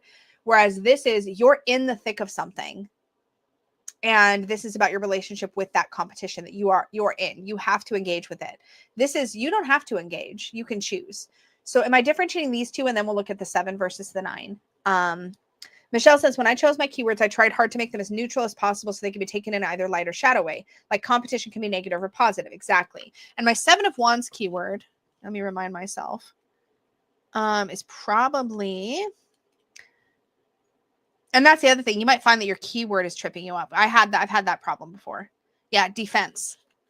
So I use defense for the 7 and I use tenacity for the 9. So we'll talk about that. But yeah, feedback, Jenny. Let me know. Do you feel like these two are differentiated enough at this point? It's still fuzzy, but it's better.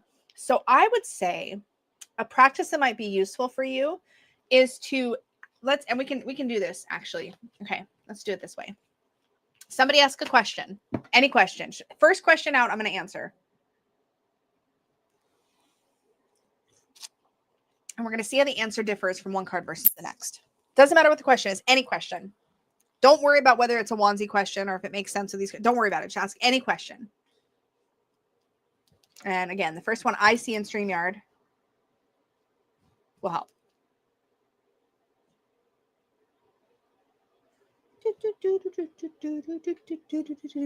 There's a delay on my side. Somebody's probably already asked by the time you hear this, but how to deal with rude coworkers. Perfect. Let's first answer it with the 5 of Wands. So you've got rude coworkers. So this would ask me, I feel like this would ask me to, you know what? Hold on. I'm going to do this. I'm going to read from my own book because it will help me. Okay. My keyword for the 5 of Wands is competition. Competition is the experience of multiple people trying to win or gain something by proving themselves stronger or better in some way than others. Now, something you might not know about unlocking the tarot is that for every single one of these keywords, I had to write my own definition. I consulted like 5 or 6 different dictionaries and literally wrote my own unique definition for every single word. I had a gigantic thesaurus. I had all kinds of stuff. It was like a whole process. Anyway, okay, numerologically, and this is, numerologically, the 5 is about disruption. Disruption within the suit of passion, that's where we're at, can be quite the experience of headbutting and one-upping. The 5 of Wands challenges the confidence gained after celebrating the milestone of the 4 of Wands. So think about that. Think about the progression of the cards. In the 4 of Wands, we reached a milestone. We reached a place where we felt like we were making some headway. We had something to show for our efforts. And then in the 5 of Wands, that all gets messed up because we're being challenged in that way. The challenge may come from another person, a group, or an event. It can be a conscious and good-natured competition, like a sporting event, a game people play to prove themselves or others. It can also be unhealthy and damaging, like when 2 people shout over each other in a verbal sparring match. Any of this feeling relevant yet?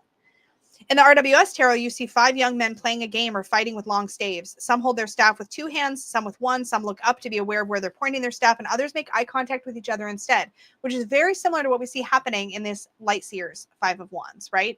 Some of them are focused on the actual point they're trying to make or the goal they're trying to get to. What are we trying to accomplish here? Let's say you and your coworker are working on a project and they're being rude to you, and you're like, okay, well, they're more focused on winning a point or proving something than they are on actually accomplishing the goal. If they were focused on accomplishing the goal, they would be actually working with you, right? So then I go on to say, in the Ace through the 3 of Wands, there's an apparent movement forward in thought or action. In the 4 of Wands, you pause to take in the journey thus far. You hit your first real challenge or hiccup in the 5 of Wands. So this is a challenge. You need to face it and figure out how to go around or through it before you can proceed. So if you want to get to the 6, 7, 8, 9, 10 of Wands, you have to first move through this challenge. That means you have to learn how to deal with this. Now, I would give advice in this particular situation that would say something like, if you want to get through the situation, your coworker's being rude to you, redirect your conversation with this coworker to what your goal is. They say something snappy to you like, you're just trying to blah, blah, blah. It's like, okay, I hear what you're saying. How can we move forward so that we can accomplish X, Y, Z? Now you are refocusing this conversation on where you're trying to get this fire in the card. Where are we trying to get? What are we trying to accomplish? Let's refocus. Let's wrangle these wands. In the Convocation of Witches Tarot, which is the one I'm working on, we actually have some witches who are all arguing because they all think that the other person stole their walking stick, and they're having this whole like thing about it. And then they like, it starts with like one person, and then they realize everybody's got the wrong stick, and then they all have a good laugh about it. It's like, how can you move through this like friction and come at it with the solution? This is about focusing on the solution. Does that make sense? Getting through the challenge. So I also say, have you ever heard the phrase too many cooks in the kitchen? That phrase refers to what happens when too many people with strong ideas about how things should be or how they should proceed feel like they need to win their point. Suddenly progress halts while the cooks try to agree on the correct method for cooking the potatoes. While they're trying to figure it out, the potatoes are still sitting on the counter uncooked. Progress is halted. That's one way to look at the 5 of Wands. As a blessing, this card lets you know it's time to test your skills and put your hat in the ring. If you've been waiting for a sign to appear before you, step up. The 5 of Wands is your sign. You've made too much progress to give up now, so jump in and demonstrate to yourself that you can do this. As an obstacle, this card represents a roadblock. Are you the roadblock? Are other people? Instead of trying to sidestep the issue, face the challenge head on. If you're being combative to prove yourself, pull back a little. You don't need to compete with anyone or anything else. Your only true competitor is your own inner voice. If the people around you are being combative, remind yourself that you don't have to match their energy. Sometimes it's best to look for the reasonable or diplomatic approach. The word competition makes a great keyword because, and then I go on from there. Okay, so hopefully that adds some clarity. Now, for contrast, I know we're on this for a while, guys. This is just how these go. For contrast, let's look at the Seven of Wands. Defense, okay? My keyword for the Seven of Wands is defense. To defend something is to stand up for something or someone. Numerologically, the 7 is about predicaments, because I go into a whole numerological, I basically give a keyword for every number as well as every suit and all this kind of stuff in this book. So we're looking at predicaments. In the fiery suit of passion, what you are most passionate about is faced with direct opposition. What you believe is being challenged, and it looks like you're outnumbered in this. If you want to get out of the predicament, you must decide whether you will surrender and go with the flow or stand up for what you believe in. Again, another challenge comes after acknowledgement and recognition. Isn't it interesting how in the Wands you hit the 4, the milestone card, where you're like, okay, we've hit a point, we've hit a stopping point. We can go, okay, we've learned something, we've gotten somewhere. Now we have a challenge in the 5. Then in the 6, we have a success or a victory. And then in the 7, we have a new challenge, a new type of challenge. Only this time, it's our very belief system, like how we believe that is being challenged. So it says, again, another challenge comes after the acknowledgement and recognition of the 6. Perhaps you were resting on your laurels, or perhaps you're just walking on the edge of what is currently deemed acceptable. But this card is all about being directly challenged and outnumbered. In the RWS, you see a man standing on an embankment wielding a single staff defensively against 6 attackers wielding staves of their own. Visually, 2 elements to this card always jump out at me. First, that the man is outnumbered, and second, that he clearly has the high ground. So these are the 2 things I focus on. So how do you know which it is? Oh, sorry. The 7 of Wands is all about being in a situation that demands you hold your position on higher ground. You're elevated above the majority. Is that because you're right, or is it because you're being stubborn? And how do you know which it is? To answer that question, you'll need to take a moment to reflect on everything that led up to this point and ask yourself if this is the hill you want to die on, or if it is, stand your ground and fight. If it isn't, then perhaps it's time to climb down from there and consider another perspective. So again, your perspective, your very belief, or your opinion about something is being challenged. The 5 of Wands can be about all kinds of conflict, but the 7 of Wands is very specifically something that means something to you is being directly challenged, and you are outnumbered in that challenge. So that question now becomes about where you stand. This is very different energy than just general competition. Does that hopefully further clarify those 2? I don't plan to read from my book for the whole thing, I promise y'all. It's just helpful. It's just helpful. Okay, so we've clarified, hopefully, the difference between these 2 energies. So now let's look at the 7 of Wands, having just examined that, versus the 9 of Wands. Because here we have a sense of boundaries and protection, like you said, in both cases. They're very different now. Perfect. That's what we wanted. Okay, cool. So now that we have a better grasp on the 7 of Wands, let's take a look at the 9 of Wands. Now, okay, I am going to go to my book because I want to now stick with the sort of the vibe of what we're doing. So 9 of Wands, my personal keyword is tenacity.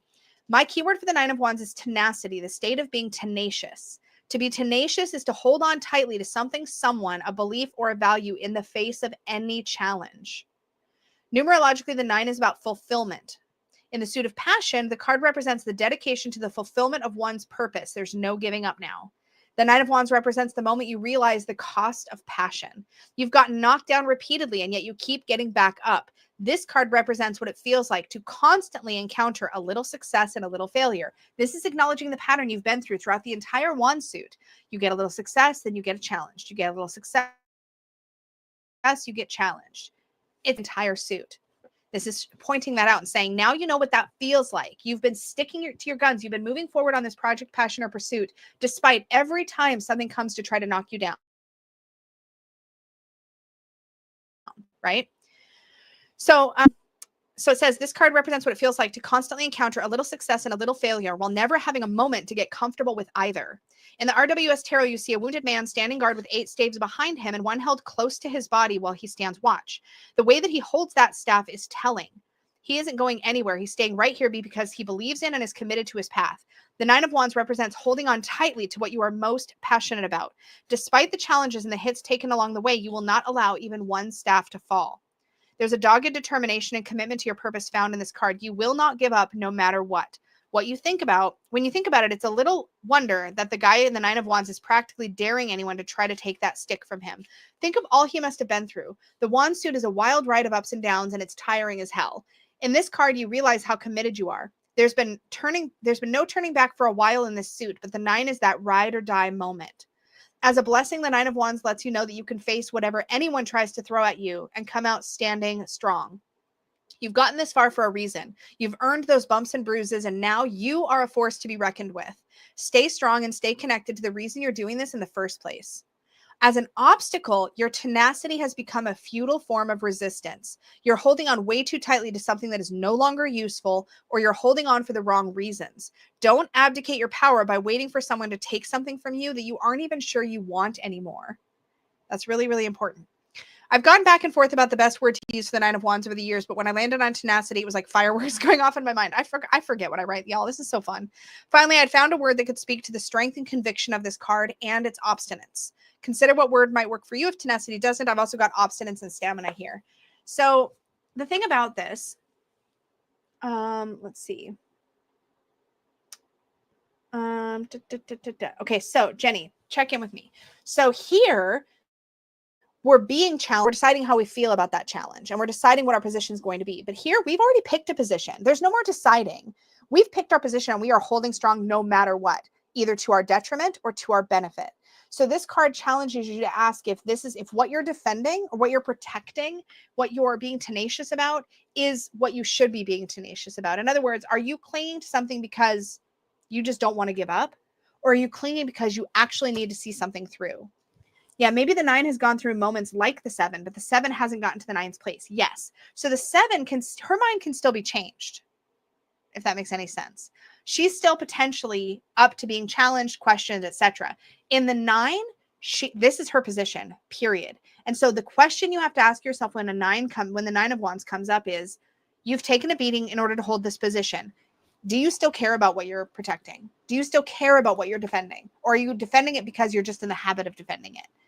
In this case, you have a conviction, you know your belief, right? In this card, you're in the habit of defending that belief, and you're doing it no matter what, but you maybe haven't asked yourself why in a while.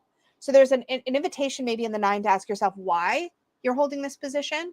And if your why from the 7, from the Ace of Wands, from the 2 and the 3 of Wands, if that why is still valid, then you hold your fucking position and you've got what it takes to get there. Sorry, language just slips sometimes. Because this energy is going to get you through the 10, because the 10 is when it's really, really hard. If you don't still care about this in the 9, you're going to fall in the 10 because it's too much. You'll hit burnout. This is the almost burnout card. In fact, let me show you why and how. I do this sometimes because I think it helps to kind of define my position, and why I told the story the way I did in the Unicorn's Journey Tarot. This is my in order deck, so it's pretty easy to find what I need. Okay, so let's do a quick recap of Mystic's story. I feel like we've been here a while, but these kinds of questions I feel like deserve the time and attention. Okay, so Mystic gets excited to learn this kind of magic. She sees that the dragon is doing this shielding magic and is like, hey, I want to know how to do that. So she's inspired. Okay. In the 2, she's trying to consider whether it's worth leaving her comfort zone, how to get out there and do it, pursue it, learn it. Is it even possible? What's possible? So the 2 of Wands is considering. The 3 of Wands, she sets out with the Page of Fire. They're going to go learn it together. Now that the fire unicorns learn it as a matter of course, but now she's going to set out and try to learn it. So determined, we're doing it. We're heading out. We're gonna do it. Then we have the 4 of Fire. In the 4 of Fire, Mystic and the Page of Fire have learned how to do a little bit of this magic, and it's great. So milestone. They've reached a small thing. They've still got more work to do. In fact, the page is not doing so good and has got some fire ants. They're going to crawl all over them. We'll see that in the Page of Fire card. But then we have the 5. This is where Mystic's magic is first tested, right? The goal here is to win this ruby necklace in the back. It's a competition. It's a literal competition. So she stepped into the ring. She's going to have this competition. And here she's up against the fire dragon and having to actually put her, what is it called? Put the pedal to the metal? What's the word? Like put her money where her mouth is. That's what I was looking at. She's got to put her money where her mouth is. Is her magic strong enough to actually succeed in this competition? Has she learned enough? Can she get to the other side of it? She wins the competition in the 6 of Wands. Great. Yay. Woo. So she was challenged, but she won. It wasn't easy, but she got there. So she won her ruby necklace. In the 7, this is the first time. So if you look, that's what her shield looks like, right? Then in the 7, bad guys come. She knows they're coming to steal this little baby dragon. And she's like, oh, nope, absolutely not. And so she's able to do this really big magic to protect herself. This energetic boundary, it comes easier to her because she's protecting somebody else's energy space. It's easier sometimes to find our strength when we're standing up for somebody else than just for ourselves, which is something I wanted to depict here because this is a self-worth deck. But punchline is she now knows how to stand her ground, and she knows she's in the right here. She knows that she doesn't want any harm to come to that dragon. She knows it, so she stands her ground. She has the high position. She's going to hold it. In the 8, now that she knows these bad guys are here, she wants to go warn the rest of the realm. So she and the other unicorns are rushing in to go warn them. And then in the 9, she has to cast an even bigger shield to try to protect the castle from this onslaught.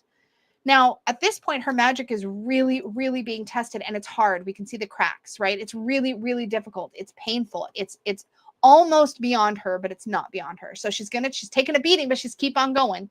Isn't there something about a Energizer battery with that? Takes a beating and keeps on ticking or something. Anyway, that's kind of the vibe of the 9. That's the progression we're seeing. And then in the 10, it's too much for her, but she's able to ask for help, and she's able to keep the castle safe. So if Mystic had gotten here and thought that these dragons and unicorns that she was trying to protect were actually the bad guys, how well do you think she'd keep up her shield then? How well do you think she would have handled it in the 10 of Fire when this onslaught just gets harder and harder and harder if she didn't believe in what she was protecting? And that's the kind of question we're asked in the 9 of Wands. Is this worth protecting? Do I believe in this? Because if I do, I've got this and I can handle it and I can get there. It's going to be hard, but I can do it. But if you don't really believe in it, by the time you get to the 9, it's going to come crumbling down in the 10. So yeah, that was a lot. That was like a whole masterclass on the wands, but hopefully it helped. Because yeah, there's a lot of times we see this, and to me, a lot of times it is really helpful to come back to the progression. I think learning the progression of the suit and how the cards interplay with each other within a suit is so helpful when you're learning the tarot, which is one of the sort of things I wanted to accomplish with the Unicorn's Journey Tarot. I wanted to show a story through the majors and a story through every minor arcana suit, so you can understand how the energy shifts and changes as you progress through that suit. Because I think when you can wrap your head around that, the cards in general just get easier to understand and to learn. And it can help us get over some humps in some of these differences between the cards. So hopefully, and I think you can also see it here in the Light Seers Tarot pretty clearly too, but referencing the story I know well sometimes really, really helps. Oh my gosh, I know that was a lot, but I really hope that helped, Jenny. Yes, put her magic where her horn is. There you go. Yeah. Yep, absolutely. Okay. Let's do Chanel's question. Chanel, are you still here? How do you decide what divination system to use? I know I'm learning several and sometimes overthink or have a hard time deciding which one. Like, like in a particular situation kind of thing. I would love to hear some other people from chat weigh in on this question too. Like, how do you decide what to reach for in a given situation or in a given question? For me, let me think.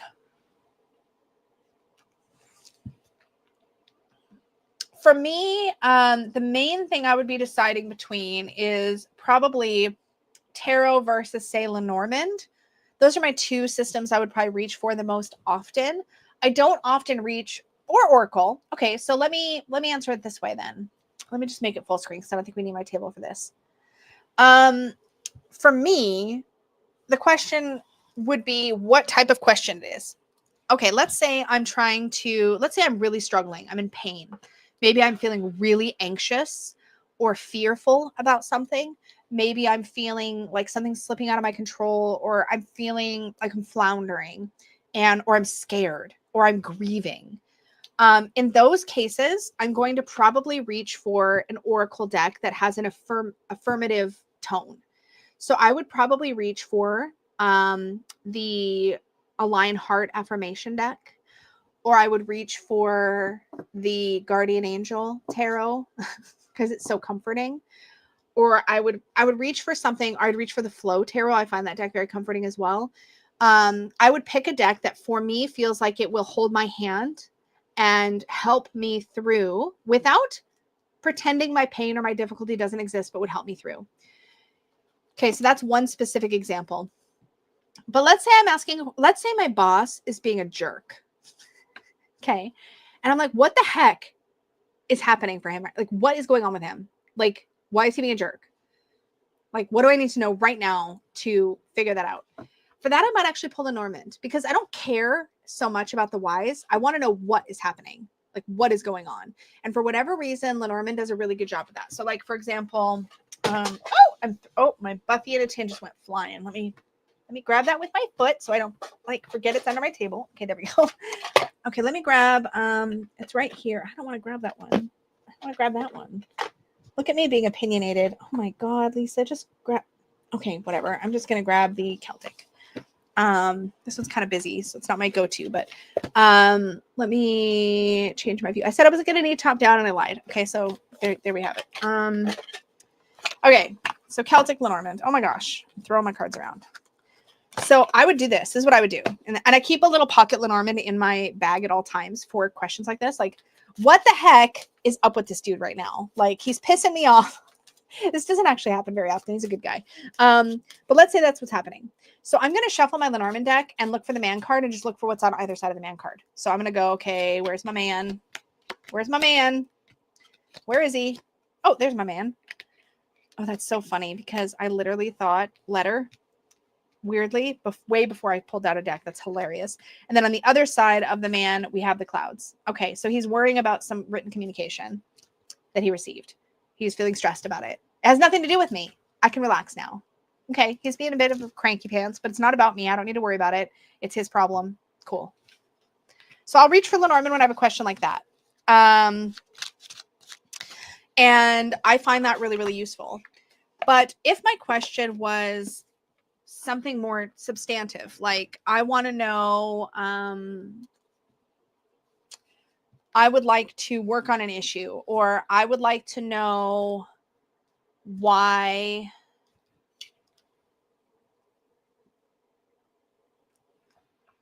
okay, let's say I just did that Lenormand reading about my boss, and I'm like, okay, now that I know that that's going on, how can I better navigate his bad mood right now?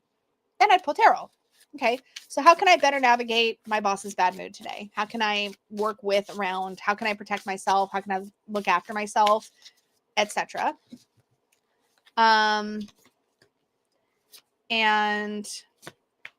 I might pull, let's just go with one card because that's going to get overwhelming. So I get the Hierophant. And so the Hierophant to me is about tradition. It's about paths that have been walked before and the wisdom in those paths, whether they are my path or not. It's like a question of like, how can I learn from those who've been through this before or whatever. So I might say, well, what has worked in the past? When he's been moody in the past, what has been effective for me? Remind myself it's not about myself. It's not about me. So I don't need to feel anxious about it. So remind myself it's not about me. And that has always worked for me in the past. And then just focus on what I need to get done and try not to take anything personally. I've answered my question. So that's kind of how I would choose. If I want to ask like a big spiritual question, I might go to a rune. Or if I want an overview of a situation, I might go to rune. So like, let's say I just want to know what's the vibe this week. What are these? Those are my geomancy. Oh my God. Can I get to any of my rune sets? Yes. Okay. Nope, that's charms. Gosh darn it. What's in this one? Those are witches' runes. Well, I don't have a rune set. Oh, wait, yes, I do. Okay. These are my... No, those are my geomancy. Dang it. I got dice. I got incense. I'd have to... Okay, well, whatever. Later. I don't pull my runes out very often, actually. But a rune is a really great way, or a rune deck is a really great way for me to get a really broad, what is like the overall flow or energy right now. So I might go for it that way. So hopefully that answers your question, Chanel, as to how I decide. But a lot of it is like what type of question. So if it's like a why question or a how question, I tend to go to tarot. If it's a I need support, I tend to go to Oracle. Otherwise, I just work with Oracle with tarot kind of thing. Or I use Oracle for clarifying, things like that. If I want to ask what, I will often go to Lenormand. And if I want to ask, if I want to look at like sort of a big picture, I might go to like runes, or I might specifically pull a major arcana card, for example. I hope that was helpful. Okay. I'm going to do another twirl question. How do you read suit heavy reading? How do you read all pentacles for a relationship reading? Oh, that's right. Was this you trying to help Lauren? Regardless. Okay, a suit heavy reading in general. So, I'm not sure if I understand. I think you reworded this down below. Let me see if I have another one.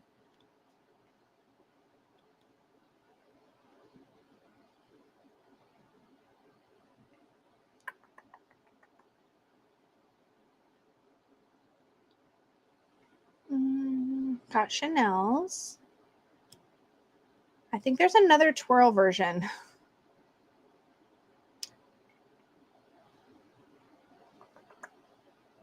It's Lauren. It's Lauren. Oh, it's Lauren's question. Okay. Okay. Gotcha. So here's another one. Okay, so we've got this question. Okay, how do you read, say, all pentacles for relationship reading?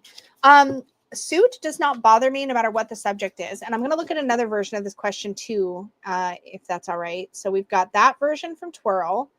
And we also have one from Zoe that says, I'll rephrase Lauren's question because now I want to know, what do you do when you get pentacles in love readings or something else that the sort of cards you pull don't seem to apply to? Yeah, I really like this question in general. Like, so perfect. Thanks, Zoe. Thank you, Zoe. And thank you, Twirl. Okay. So we'll look at, like, say, all pentacles in a relationship reading. Let's just start there because that's the example we're using. So I don't know why I'm shuffling when I want to pull pentacles. Okay, so let's say I'm just going to, the first 3 pentacles I come across, we're going to pull. And let's say the reading is, what do I need to know about my relationship right now? So we've got the Queen of Pentacles. I don't know if Quartz is going to be very helpful. We've got the 8 of Pentacles again, of course, the 5 of Pentacles. Okay, so those are the first 3 Pentacles cards I came across. So maybe the question is, what do I need to know about my relationship right now? Okay, so I'm going to dig deeper than just, I don't automatically assume pentacles are only about money or resources, but they are about those things also. But I'm going to ask myself about each of these cards. So when I think of the Queen of Pentacles, I think of somebody who likes to care for others in tangible ways. So she likes to make sure you're warm and well fed, and like, she's going to be a good helper person. Her love language is probably acts of service. You know what I mean? Like, she's somebody who wants to do for, in tangible, measurable ways, other people. So when I'm looking at a relationship, I'm like, okay, so somebody in this relationship really likes to take care of the other person in tangible ways. Or they want their partner to fill this role for them. Okay. So in the court card situation, I think it's a little bit easier because it's like, okay, here's how this court card energy can apply to your relationship. The second card in this set is the 8 of Pentacles, which we know is about, like, kind of being in a routine or a rut. It's an 8, so it's stability plus stability. So it's like really stable, right? So it's really embedded. We're talking structure. We're talking doing the same thing exactly the same way again and again and again and again and again. And if we're struggling in our relationship, this could mean we're in a bit of a rut. We're not making the necessary changes we might need to make. We're a little bit stuck in doing things the same way and not shaking things up. So we've got one person who's maybe giving. We've got being in a bit of a rut, so nothing's changing. We're just kind of stuck in this routine and not really addressing anything. And then the third card is the 5 of Pentacles, where we see somebody feeling shut out, right? Somebody's feeling shut out. Somebody's feeling excluded. There's sure financial loss in the 5 of Pentacles, but what else is this person experiencing in this card? They're on the outside looking in. They don't feel included. They don't feel welcome. So what I see here is there's an imbalance in the relationship. And it's not being addressed. The 8 of Pentacles tells us it's not being addressed. Right? So let's give another example. Let's say you ask a question about work and you get all cups cards. So our next 3 cups cards, I'm just going to pull. A lot of this is about asking yourself, why did all pentacles come out in a relationship reading? Let's actually say that before I get distracted with this. All pentacles, why did they come out? Why did all pentacles come out in a relationship reading? To me, the first thing that would jump out to me is, wow, we're really focused on the actions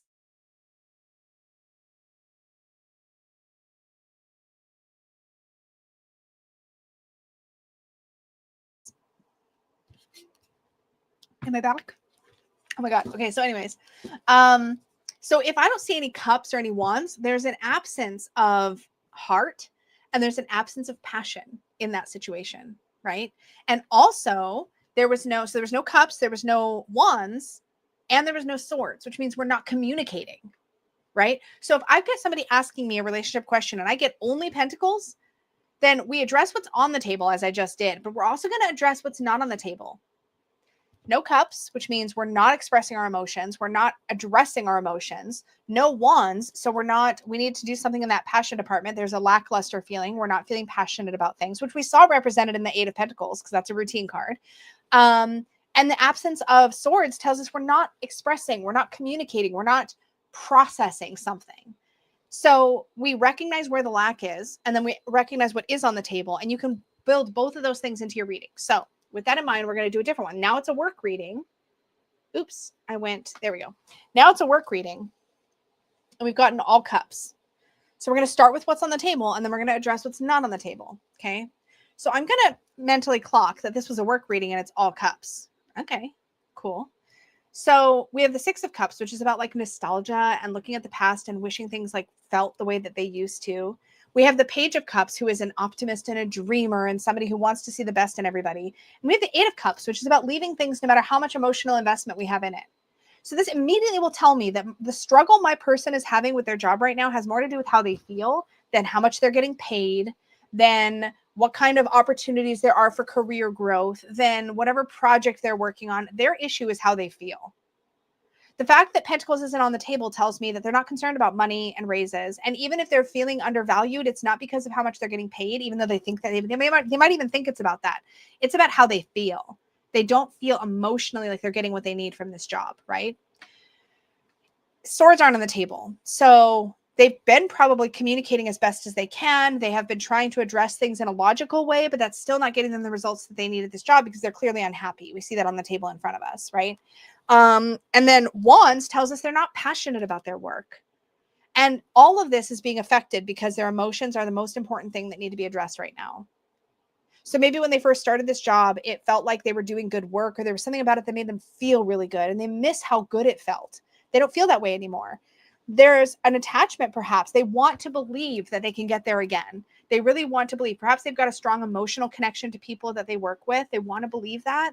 They want to like be there for people. They want to believe that everybody has the same like emotional, heart-centered approach to their work as they do, but they don't.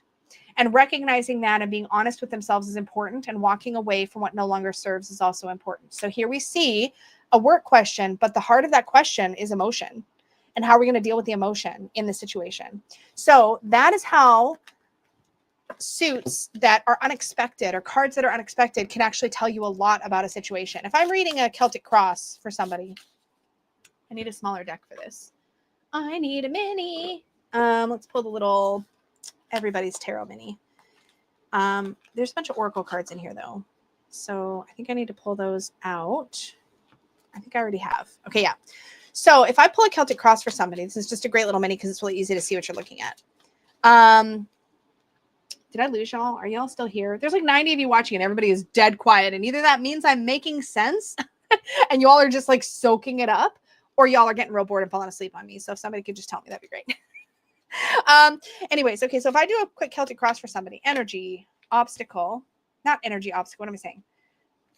Unconscious, conscious, recent past, upcoming future, internal, external, key, greatest hope, greatest fear, key to the outcome. Okay, so I'm looking at this. This is a really bad example for this because the colors are not helping me determine the suits. Oh, I ended up with an Oracle card. I'm going to fix that. Okay. So I'm going to just make a mental note. And this is why when I first lay cards, I'm quiet. And I tell my client I'm going to be quiet because this is the first thing I do when I have a big spread, usually a Celtic Cross, but it could be a different spread. I'm going to immediately make note of the elemental balance. So I'm going to count. I have 1, 2, 3 wands. I have 2 cups. Nope, I have 4 wands. 1, 2, 3, 4 wands. I have 2 cups. I have 1 pentacles. I have 2 major arcana. No, I have 2 pentacles. 2 pentacles, 2 cups, 4 wands, 2 majors. What's not here? There's no swords on the table. There's no swords on the table. Yeah, being quiet is a struggle for me too, which is why I tell people I'm going to be quiet for a minute when I first lay the cards down so that I don't feel awkward and feel like I have to fill the silence. I've already warned them, and I'll usually make a point of taking a sip. Okay, so I made a note of the balance. Wands are dominant. We have 4 out of 10 cards are wands cards. Cups and pentacles are equally contributing, and so are majors. So we have 2 cups, 2 pentacles, 2 majors. They're all equally contributing. There's no imbalance there. But there's heavy on the wands, and we have 0 swords. So right away, before even looking at any of these cards and what they are, I don't care at this point. I start talking to my client.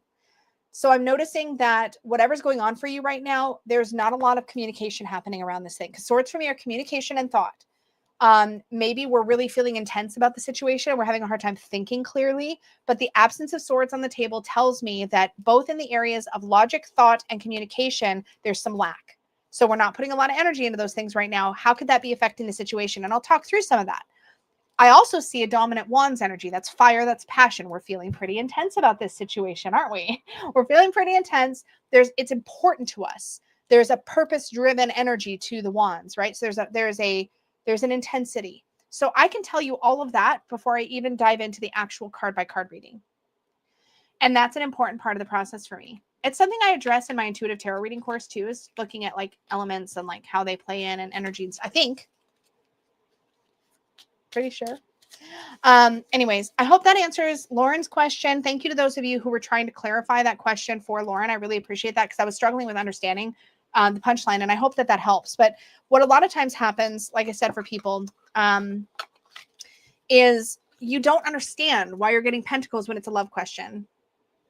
You know what I mean? Or you don't understand why you're getting cups when it's a work question. And if the answer is always this element has a relevance and the missing elements also have a relevance, and you ask yourself what that relevance is, you're going to get to some really interesting answers about the situation. So I hope that was helpful. You are so welcome. You are so welcome. Okay.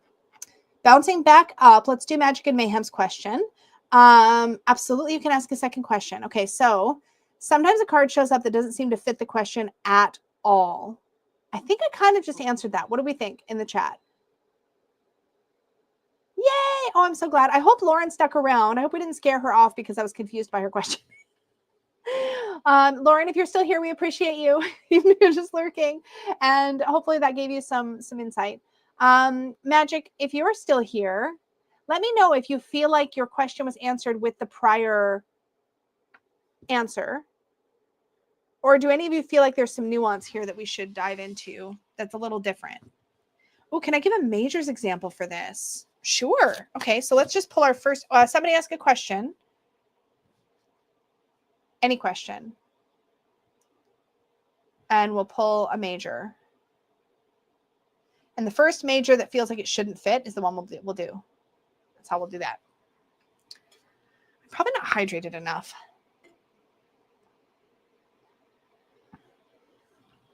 Thank you, Barb.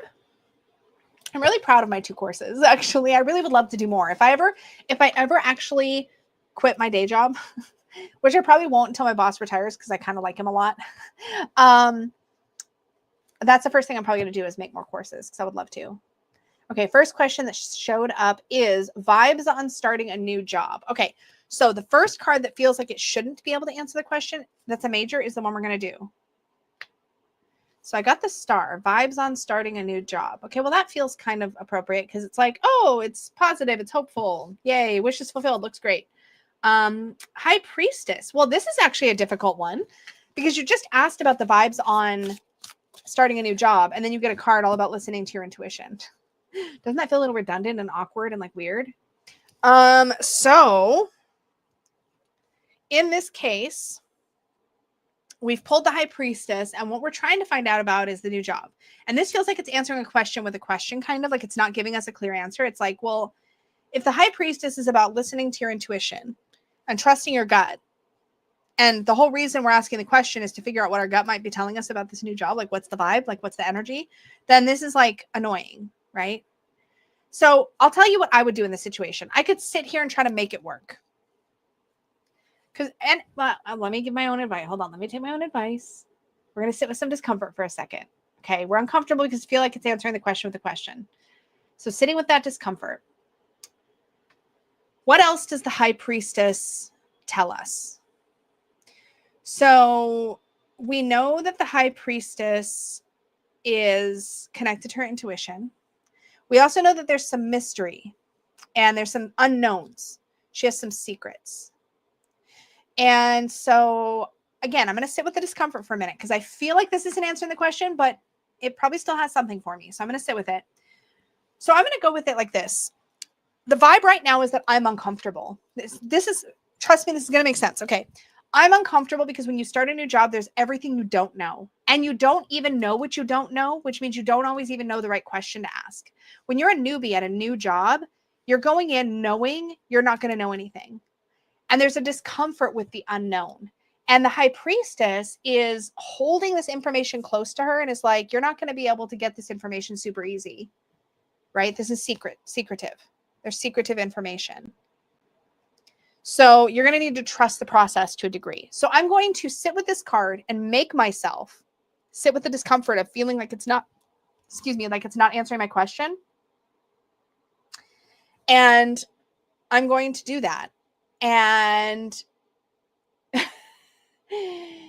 wow, Barb is the best shill. Yes. I think, I can't remember which levels, but magical unicorns get one discount to one thing and badass get a discount to another thing, as well as the discount to the other thing. Like, do you know what I mean? Because it's a scaled thing. Oh my God, I'm so bad at explaining my own stuff. Anyway, so we're first sitting with it. We're going to make ourselves sit with it, because I think when you do that, you can learn what the card has to tell you, even when you feel like it's not answering the question. Then after you've done that, and only after you've done that, then you're going to ask the question. You're going to ask a follow-up question. So you're not going to just like re-ask the question and draw another card. You're going to ask a follow-up question. Okay, obviously I'm uncomfortable because there's things I don't know.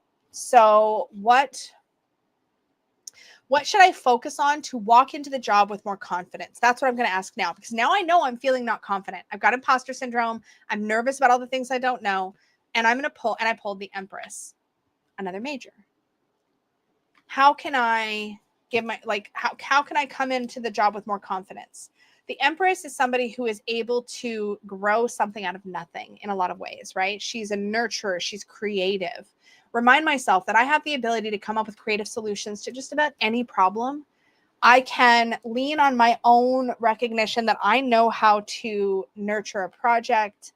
I know how to grow something from small to big, you know, and with that skill, I can apply that to a new job, right? I know how to take starter skills and build them into like more longer lasting skills, you know? So that's kind of, hopefully, I don't know if that actually answered the question, but hopefully it does. So Magic in the Mayhem, I hope that was helpful. I know it was more of a follow-up to the last one, but I hope that it was helpful. Okay. Just a Cup of Tea asks, what's a good way to know you're truly reading for someone else and not yourself? Meaning, I feel like I'm pulling for myself when doing pulls for others. So this question did come up earlier in this stream where I answered this much, much more thoroughly. But the question is, it's kind of similar to Michelle's question. Michelle had asked early in the stream how do you know you've cut the deck in the right place? And how do you know that this is the card you were meant to get? Because you decided before you pulled the cards that this was the card meant for you, right? So let's say you're doing a reading for somebody else.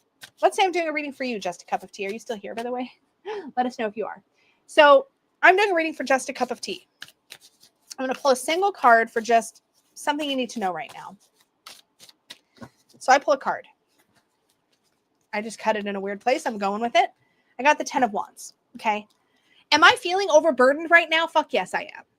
But this isn't for me. I decided before I pulled the card, this is Just a Cup of Tea's card.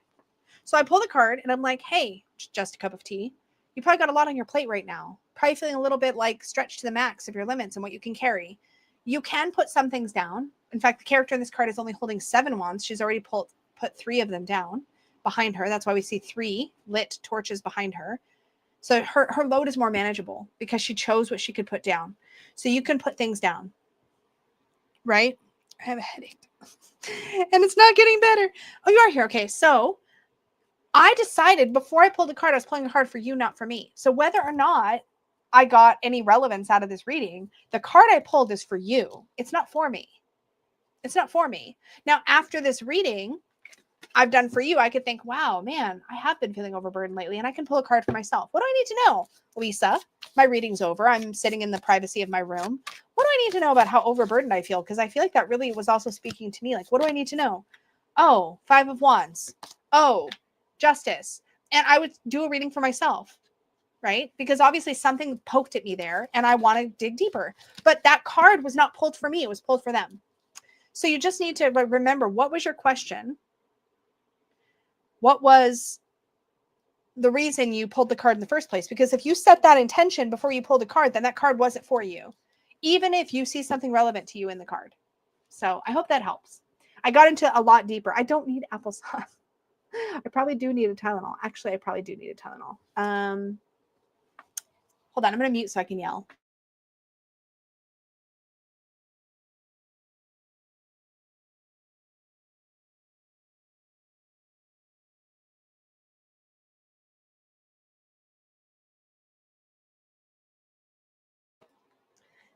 That was smart. I should have asked for one a while ago because, like, I don't want to stop, but also I have a headache. Okay. Thanks, Jenny. You're the best. Let's do Tyler's question next, and then we'll do another twirl question. Okay. Do you have any tips on playing with tarot, i.e., reading for fictional characters in movies, books, games, etc., or when you want to play with your cards but you don't want to commit to deeper reading? Yeah, absolutely. We can do some of that. We can do some of that. I've actually got something right next to me. If I can find it. Where did I put it? Lisa? Lisa. Okay, here it is. We'll talk about this for a second. I'm going to grab something else too. Hold on. I'm talking to my chat, so I'm still live. Are you getting me Tylenol? Yeah, I don't know where it is. I don't either. I'll take a decongestant. That would probably work if it's a Tylenol based one. Whatever you think I can take with all the other stuff I'm taking right now. Oh, okay. I'm going to grab the other thing here while I get my pill from my wifey. Thanks, babe. You're welcome. You guys having fun? Yeah. What is this? There's two things here. Oh, there's a Tylenol and an Advil. Can I take Advil? Yeah, you can. Okay. Want a yogurt? Yeah. I had one at breakfast, but I should have another one.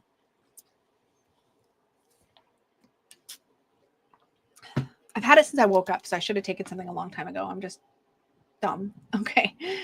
I know they're really good questions. I know. Okay. That was really for me. Thank you. You're welcome. Thank you. Hi, everybody. Bye, everybody. Peggy says hi. I like these. I'm such a child. We get these like little drinkable yogurts. They're called Yogo Nanos, and they have like a little sippy cup. They're clearly for toddlers, but I love them. Anyway, okay. Let's talk about some fun things we can do with our cards. I've got a couple examples here. But let's start with something simple. So my bestie Dawn, for example, she has guided practices she does in her membership that I think bring a lot more story and play. You can pull meaning out of them, but there's much more of like a gaming element. So if you want that kind of a practice, definitely check out Dawn's membership. I think she does some really cool stuff in there for her members with guided practices. She's doing this Enchanted Library thing this year with one of her membership tiers where it's all themed around different stories, and you get like spreads you do throughout the month. Excuse me. So that's really cool. And she's working on some even cooler stuff. So cool. So yes, but so that's one thing. Reading for fictional characters is awesome. Take your favorite fandom deck, pull it out, grab a card, read for the first character that you see, and do a reading for them. That can be a fun way to play. There is sometimes like if you want to just play, but my favorite thing to do is to literally play a game. There's all kinds of things. There's solitaire games you can play with your tarot cards. One of my favorite game, and I haven't played it in a while. This is all my stuff for it right here. There is a video on my channel where I go over it. It's not perfect. Oh, look, I printed out a different game too that I don't remember. Oh, yeah, here's one I wrote called Solitaro, and I wrote notes on how to play it. I don't remember because it's been a while. Here's one, Tenacious Tarot from Peekaboo Rose on YouTube. So this is a link. There's a link to her demonstration of this. So Barb, if you can grab Tenacious Tarot, I don't know if you'll be able to find it easy, but this is a game, solitaire game. You shuffle, and here's all the instructions. So I printed these out. So there's different matches and things that you can do. So that's a solitaire game. My favorite one is called Queens of Fate. There is an updated instructions. My video on this is not perfect. I've definitely made some mistakes, but I do a playthrough. I do show how to play this game on my channel. And I even made these little like placeholders for different places you put cards. So I've got like a challenge, a destiny, a fate pile. There's portents, there's source artifacts, and then there's a spot to put your swords, your wands, your cups, your pentacles. Like it's a whole thing. So I made these so that I could easier set up when I do play. I haven't played it in a long time, so I literally don't remember how to play it. I have to literally read all the rules again. This is free. This is a free game to download called Queens of Fate. So there is a video on my channel where I show how I play this using these things, I believe. It's been a long time, y'all. But I keep a little kit of these that I can pull out and play. These are great. There are now also solo role-playing games that use tarot. So for example, this one is called Anamnesis. This is a terrible print job, by the way. Anamnesis was on Kickstarter, and I got the PDF for it. And in this game, does it say? Yeah, here it is. Anamnesis is a solo journaling game about self-discovery, reflection, and identity. You play as an individual who has woken up with memory loss. You do not remember who you are, where you are, or what you care about. As you draw tarot cards, you fill the blank spaces of your past and learn more about your present. To play, you need a deck of tarot cards and a way to record your thoughts, pen and paper, audio recording, etc. I'm actually going to do a whole video about solo role-playing games because I'm playing a different one right now called Corico.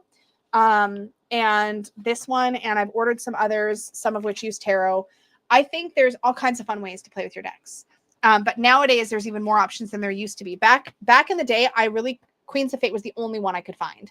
And this is a solitaire type game, but you can play other types of games with your cards as well. There's been a lot of cool things that have come out. But I'm partway into my Corico play now, so I will be reporting back on that one. That was also a Kickstarter that I participated in. But there's free games you can download that you can use cards with. There's all kinds of stuff. So if you're just looking for a reason to play with your cards, then absolutely. You can literally play classic solitaire with the tarot deck. You just play it exactly the same way as you'd play regular solitaire. I would probably take the major arcana out. So yeah. Oh, thank you, Barb. You're the best. So yeah, my Queens of Fate playthrough example isn't perfect. And I think the creator even commented on it.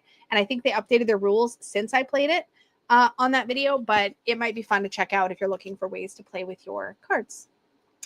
I'm sure there's other ideas too. So if anybody else in the chat has has an idea, let us know.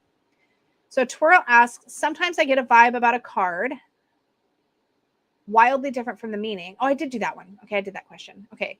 Sarah's Tarot, how do you overcome that initial hesitancy to do a personal reading that you think may take longer and will be deeper? Are you still here, Sarah? I want to make sure I understand this question. How do you overcome that initial hesitancy to do a personal reading that you think may take longer and will be deeper? Ooh, is this about like the workload? Oh my God, my head hurts so bad. Is this about is this about like the workload to like lay it out knowing you're going to need to sit with it for a bit. You're going to need to journal a lot. Like you feel like it's going to be like, is it like I have lazy moments. This is like a lazy thing. Like we're like, I just don't want to. Oh, it's anxiety. Oh, I see. You're worried about getting poked at, perhaps with your cards. May take longer and will be deeper. I would say what I say is like, okay, hold on. I'm just going to babble for a second. What I say is like when I was teaching yoga, it's really hard to go to your mat for like an hour practice if you're not really, really, really dedicated and in the habit of it.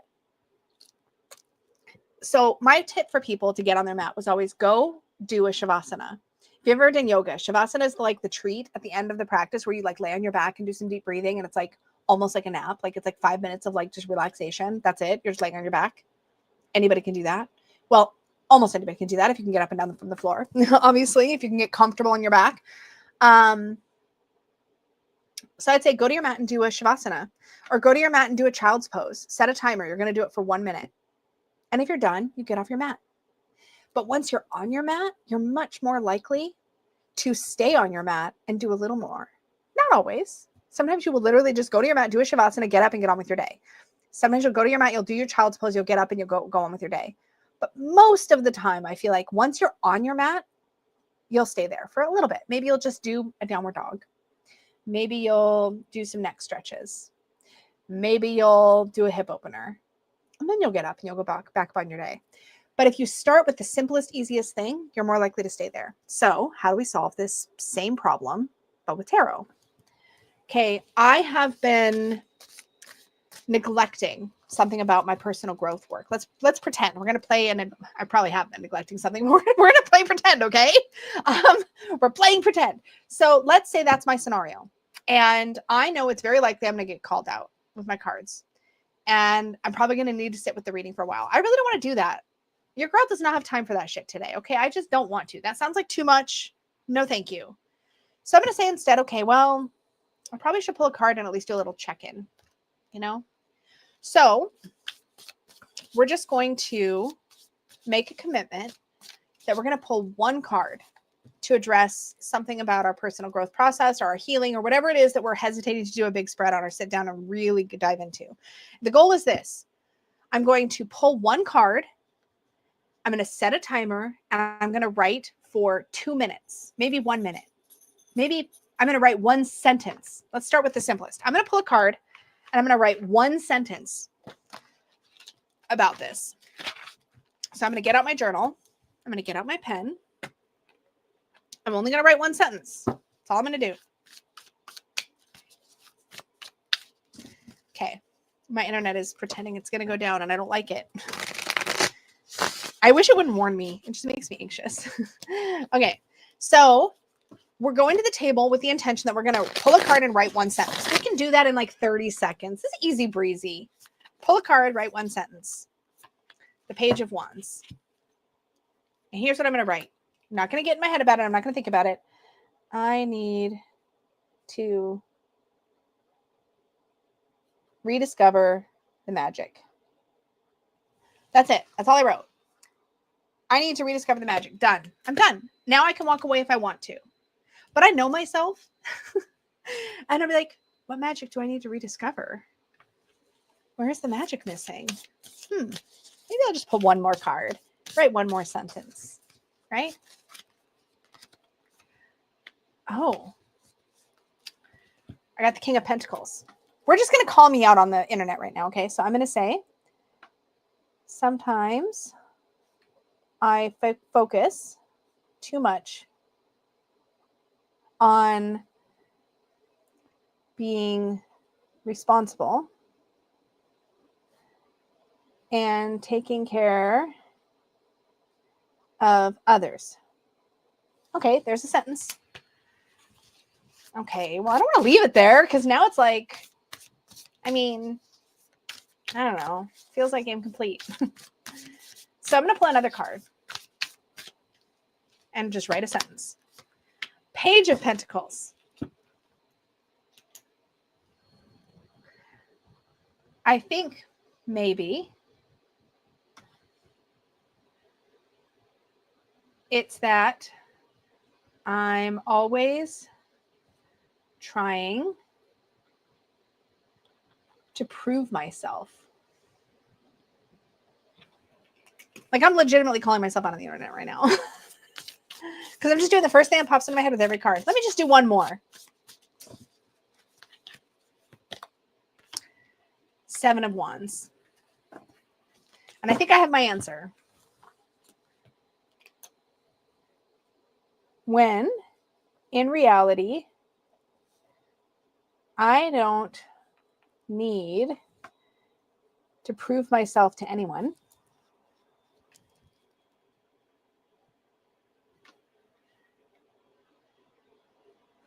I need to feel good about what I'm doing or creating and worry less about others' opinions. Boom. I just got a really meaty, meaningful reading because I committed to just writing down one sentence. And the first sentence was enough. I need to rediscover the magic. I didn't actually ask how. I just pulled another card. I need to rediscover the magic. Oh, let's do this in order. So I said, I need to rediscover the magic. Sometimes I focus too much on being responsible and taking care of others. King of Pentacles. Then I pulled the Page of Pentacles. I think maybe it's that I'm always trying to prove myself. And then finally, the Seven of Wands. When in reality, I don't need to prove myself to anyone. I need to feel good about what I'm doing and worry less about others' opinions. Boom. It's a really easy way to come to the table for yourself in a low pressure way. Flow with it. Don't try so hard. And I think sometimes we think, okay, well, for every card, I'm going to need to look it up in the guidebook and then remind myself what it means. No, you don't. When you break all the freaking rules, this is your practice. All you need to do when you come to your table to read for yourself, or you pull up on your bed or wherever you pull your cards, is be willing to take in the first thing that pops into your mind that feels relevant. That's what you just saw me do in real time. I didn't agonize. I didn't try to remind myself what my keyword was for every card. I didn't try to look up what the meaning was. I didn't struggle with the meaning because I didn't worry about it. Who cares if I'm wrong, as long as I get something useful? I think we could, in general, do more of that in our practices. We could do more of getting something useful. There's that freaking Five of Wands again, right? Just what's the first thing that pops into your head that feels like it's resonant for you? I need to say yes to something. I need to take accountability somewhere. Three of Wands. I need to recognize that what I'm looking for is there, and I just need to take steps in that direction. I mean, whatever it is, you know? And if you just write a sentence, you don't get in your own way, you just spit out the first thing that like pops in your head and just roll with it, you can find you get a really meaningful, deep reading with very little effort and mental energy. And I think we get in our heads because we're like, but what if I'm wrong? Like, what if I don't take the right meaning from it? And y'all, I'm making this shit up on the fly. I'm coming to this saying, like, how would I solve this problem? And now, look, I've got an idea for how to solve this problem when I feel it. I just got a really cool reading for myself. I will do this again now. And I wouldn't have made this up or thought this up without this question, which is why I love these Troubleshooting the Tarot streams. It's also why I really like our Badass Unicorn Test Drive the Tarot streams, because we do this kind of thing. We like hash out and hack out practices. It's really freaking cool. Yes, Jenny says you're not doing the scary thing yet. You're confronting the fear first. Yes, yes, yes. Twirl says, this is how I'm tackling journaling laziness from now on. It's actually a really great way to get yourself started writing some stuff down for sure. Actually, I'm finding the solo RPG thing is also really good for journaling laziness too. But hopefully that was helpful. Okay, Zoe. We got Zoe's because that was the rephrase of Lauren's. Okay, this was a follow-up to Andy's question, and I don't remember what Andy's question was. I was reading a week ahead for my partner, and it ended up being for my week ahead. Oh, this was from earlier. It ended up being for my week instead upon reflection, so I feel like I got it totally wrong for him. No, you didn't. No, you didn't. Just because you got some meaning out of, or you can see how it relates to you too, that's okay. Again, I'm going to be opinionated. These work. I feel like my opinions on this change all the time. So maybe I'm being a hypocrite to things I've said in the past, but I really think tarot works partly if we just don't think about it too much. But I also think tarot works because for whatever reason, these various scenes, I need visual aids. I can't just be a face on camera. I don't know what my problem is, because these visual aids show us experiences we've had, that we will have, that our friends have had, that our loved ones have had. We can relate to all of this because this is a reflection of life. That's why tarot is so cool. Twirl says, I got the death and the tower. I got the death and the tower. He had a calm week and I had a fight at work. So what? Are you telling me that nothing did, like everything went perfectly for this person? There was nothing that they had to let go of? There was nothing that maybe they needed to restructure or do differently? Now, some of this could come about, like I've had mixed experiences with very intentionally predictive readings. So week ahead, You get the death and the tower, and upon reflection, you realize that you had a death and tower week. So, is this coworker familiar enough with tarot to be, but it depends on what you told them too. So that's something to keep in mind. But are they familiar enough with tarot to recognize what little ending they experienced or what little crumbling that happened? Don't forget, a week ahead, those are big energies, but a week ahead reading, they're going to show up in tiny, tiny ways because that's a very small period of time. And major arcana in that context is much smaller and more manageable. Typically, not every single time, but typically. You had a fight at work, which ended a relationship with a coworker. Yeah. So you were able to see how it applied to you too. You don't think of the scale of the death in the tower, but scale is variable. Like, I'll actually say this, right? So like, think of it this way. You're doing a day ahead, week ahead, month ahead. There's a reason I don't do these anymore, by the way. And year ahead reading. So a tower in a day ahead is itty bitty. A tower in a week ahead is a little bigger, probably like a little more noticeable. You could miss a tower in a day ahead reading. You truly can. In a month ahead reading, you're probably not going to miss it. In a week ahead reading, you might miss it. In a month ahead reading, it's a little more noticeable. In a year ahead reading, it's probably going to be unavoidable. You're not going to miss it. You're not going to miss it. But these cards and their impact scale to the time frame you're working with, in my experience. Like I said, I'm not like the be all end all. You might have different experience with these cards. And every once in a while, they won't follow this pattern. Maybe you'll do a week ahead, you'll get the death card, and literally someone in your life will die. That does happen. But it's the exception, not the common experience. And that's the problem, twirl, is if you're reading for your partner and they're not as familiar to pick up the nuance, then your partner might not have seen the relevance.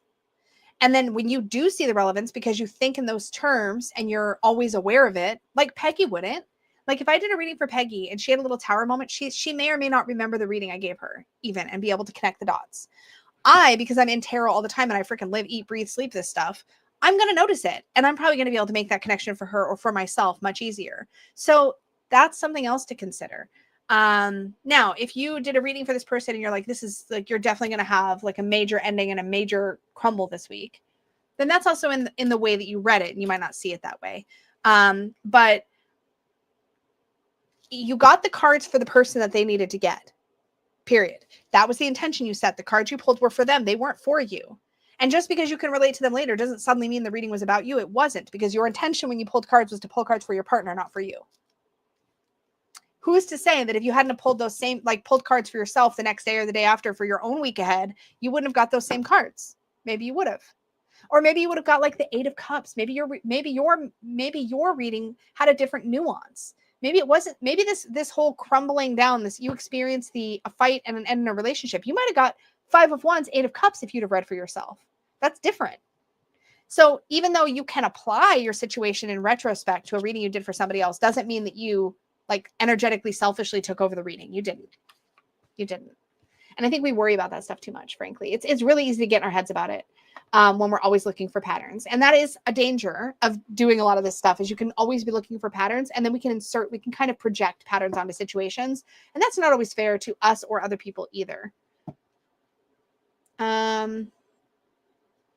Lauren had also asked, what if all cards that come out are queens, for example? Let's actually talk about this. I don't know if Lauren's still here. I think we might have scared her off. I think I might have scared her off. I'm sorry, Lauren. But if you're still here, Lauren, maybe this is helpful, or maybe this is helpful for somebody else. How obnoxious is it when you ask a question and you get like that kind of a pattern, right? So let's just pull the first 3 queens we see. Oh, look, there's 2 next to each other. How convenient. Let's pull another queen. So 3 out of 4 queens just came out.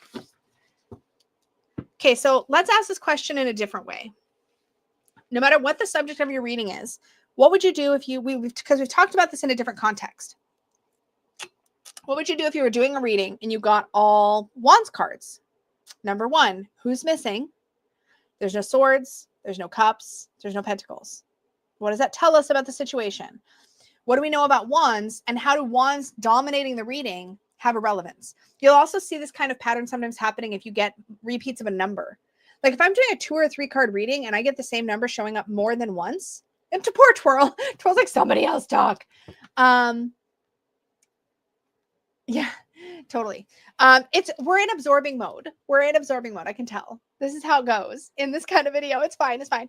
Okay, so if you get all ones, you're going to see there's a lot of intensity. There's a lot of passion in this situation. There's a lot of fire.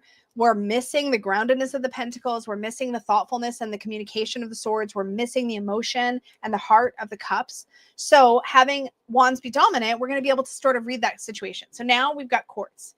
Or I think I was talking about numbers too. So repeating numbers also are a thing. So what happens when you've got a dominance of the number 8? Well, what does the number 8 mean to you? If the number 8 is all about being a structure and being embedded in routine and that kind of thing, how does that apply to the situation? You can layer it into your reading. It's part of reading intuitively, actually, to layer these different things in and think about what they mean, what the things that are absent mean. So let's say somebody asked a not peoply question, like something really practical. I'm feeling unsettled at work. Let me just make something up. I'm feeling unsettled at work. And I'm just not sure if I'm on like the right career path. And now we get 3 queens. Well, that's some bullshit, man, because like we think of queens as people and like, how do we now address this question? Your brain lack words, but can say that. Oh, good job, Rebecca. Perfect. Love it. So first thing we're going to do is ask ourselves, what does queen energy look like, feel like, mean to us personally? Because you need that layer if you want to work with this at all. If you want to like, you're going to notice the significance of 3 queens or 3 pages or 3 knights or whatever coming out in a reading, because there's only 4. It's like a 3 of a kind. It's like, if this was like poker, we'd be like super excited, right?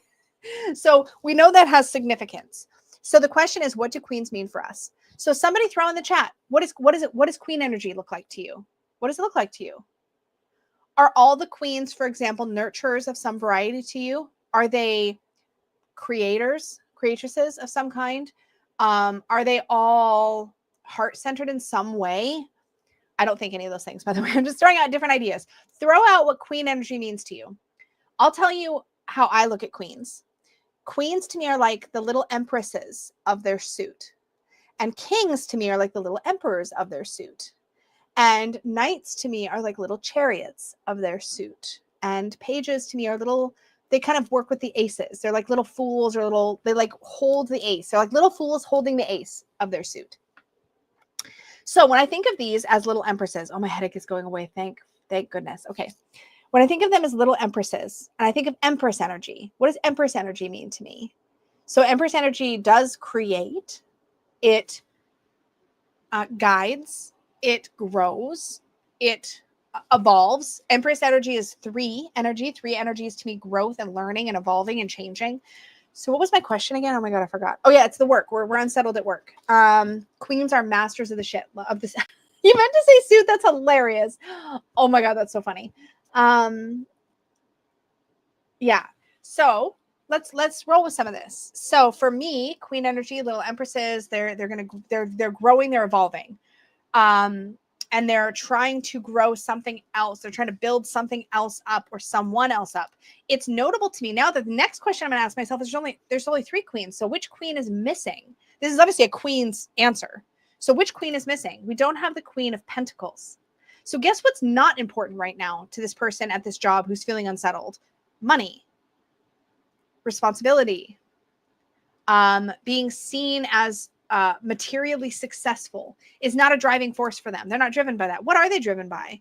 They want to be intellectually challenged. They want to grow intellectually. They want to cultivate more intellectual or more knowledge in their life. The Queen of Wands wants to cultivate and grow what? Passion. She wants to cultivate and grow passion. If she's an empress, right? She's an empress of the fire suit. She wants to cultivate and grow passion. The queens are the water of their suit. So water of air, water of fire, water of water. Okay. What does the Queen of Cups want to cultivate? She wants to cultivate good feelings. She wants to feel good. She wants to cultivate more fulfillment, more emotional fulfillment within this situation. So this person needs to feel stimulated intellectually. They need to feel like their work has a purpose and a passion that they can get behind. And they need to feel fulfilled in their work. If that's not happening, this is not the right job for them. That is all more important to this person than money and prestige. That's the answer I just got from this 3-card combo. Queens, all queens. So the process goes like this, just so we can hack it and give it like a step. You get a set of cards that don't seem to make any sense, but there's some repeating energy. It's all wands, it's all courts, it's all majors. The first question you ask yourself when you see a pattern on your reading, and again, I do believe these patterns are something that I address in my intuitive reading course, but the first thing you can ask yourself when you see a pattern of any kind is, what does that mean to me? What does that mean to me? If courts are all people, how are the people this person is interacting with playing a role in their discontent at their job? If it's all number 7s, I see 7s as predicaments and tests. Like we're kind of put up against something that's kind of like pushing us to grow or to turn back. How is this predicament shaping their situation and shaping how they view their situation? Let's say it's all cups cards. How are your emotions at play? So the first question when you see any kind of a pattern in a grouping of cards in answer to a reading is just, if you want to layer this in, and you don't have to, this is advanced shit. Actually, I do talk about this in my book. Hold on. I talk about this in my book when I talk about reading without a spread. I actually really love this chapter. So there's our court card chapter. There's our mix-ups trip you up. Don't let the mix-ups trip you up. Then we have a chapter on making connections. This is about connections between cards, which is really cool. Some specific cards that have connections. Card combos. Okay, here's my 5-step method. I'm not going to go through this whole thing in detail, but I'm going to give you a bit of an overview. One of the steps is looking at the math. So this is kind of like, what do all these cards mean? And I go into much more detail. One is about looking at the order of cards. One is about the elements and how that might play into it. One of these is about numbers. One of them is about directionality. And basically, when you first read cards, pick a layer and work with that layer. And if you want to add more, add more. But the first step is just to look at this card plus this card plus this card. And I do that through keywords because I find that really helpful when you're new to tarot. So just to walk you through this process real quick. Okay. So the simplest way to read a card is to go, okay, lovers for me is choice. 7 of Pentacles for me is, we'll just say patience this time. I don't remember what my actual word is. The wheel is about change. So we have choice plus patience plus change. We have a choice to make. And we need to be patient about making that choice. And we need to recognize that things are changing whether we make a choice or not. So maybe we should engage with it in a mindful way and like an intentional way. I've given a good reading. I'm done. But then I can add layers. I can look at directionality. I can look at if any of these characters are looking forward or left or right and what that maybe means about the reading. I can look at colors. I can look at any repeating patterns. We have a 6, a 7, and then a 10. These numbers are growing. What does that mean? So you can add and add and add and add and add layers when you're reading, but you don't have to. You don't have to. It's like when you're first learning a yoga. I'm gonna go back to yoga because I taught yoga for years, y'all, and it's like a thing. But like when you're looking at yoga, you first learn the shape of the pose, the basic shape. That's all you care about. Take the basic shape. Don't worry about it. Then you start to learn more specific alignment cues. You start to feel in your body what the pose is supposed to feel like. Where are you trying to activate a stretch or a strength? That sort of thing. Then over time, you're just going to build and build and build on it. You're just going to build and build and build on it. So you learn some alignment. Then you look at form. Then you look at energy. How is energy moving through your body in this pose? Then you look at breath. How do you breathe in and out through this pose? Do you breathe in when you take this shape? Do you breathe out when you take the shape? Why would you choose one or the other? You start to build and build and build. And eventually you have something that's really, really potent and powerful and has so much meaning and so many layers that benefit you. But reading tarot is the same way. And you can look at just about any discipline this way. Look at reading. You can read just to read and take in the story. You can read and look for significance and application to your personal life, even in a fiction. You can look for meaning. You can reflect. You can journal about what you read. You can like layer and layer and layer, anything. Anything. Layers are cool. But layers are also optional. Start with the simplest basic thing and then build on it if you want, but you don't have to. It's my answer to everything. If you want, but you don't have to. So I do hope we got some meaningful stuff for Lauren. Robert, are you still here? You probably left long ago. I'm so sorry. You probably had to go to work or something. It's taken me ages to get this far. So Robert asks, I'm just beginning to read for others. I find there is an energetic overwhelm afterwards, even with grounding and protection. What do you do for that or others in the chat as well? So anybody give your tips. that you want. One of the best things I ever did for myself was teach myself to forget people's readings. I basically trained myself to slough it off. And this is not magical. It can be, sure. But for me, this was very much a mental exercise. And I'm not going to hold on to other people's stuff because I'm empathic. I'm already a sponge. If somebody comes in front of me and they're feeling grief, I'm feeling it too. Like, I cannot help it to a degree. I try to shield, I try to do whatever. But at the end of the day, it's just how I'm baked that way. Like, I came out of the oven like that. So to some degree, I can't control that. What I can do is not ruminate or dwell on other people's readings. And so I kind of taught myself to discard it. Now, that's easier said than done. But it does come with practice. And sometimes I regret it because, like, sometimes people be like, oh, you did this really cool reading for me. And I'm like, oh, I did? Tell me what I said, because I have no idea. I don't write them down after. I don't. Now, some people really benefit from this. And I will say, in client work, it can actually be beneficial, especially if you're working with a client again and again and again, to have some sort of client record or client notebook where you like do make notes after a session. And and especially with my technique, if I was working with somebody on like a long-term problem, I might actually do that kind of thing. Typically, my readings are more one-off type questions. So there have been times when this has been a detriment. So keep that in mind. But I would practice letting it go. And for me, the best way to do that is to distract myself as quick as possible after a reading. So give yourself some time in between readings if you can, and have something you can do.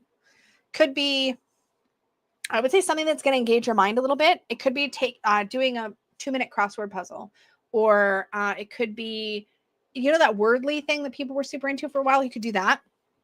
You could pick up the fiction book you're reading and read a chapter.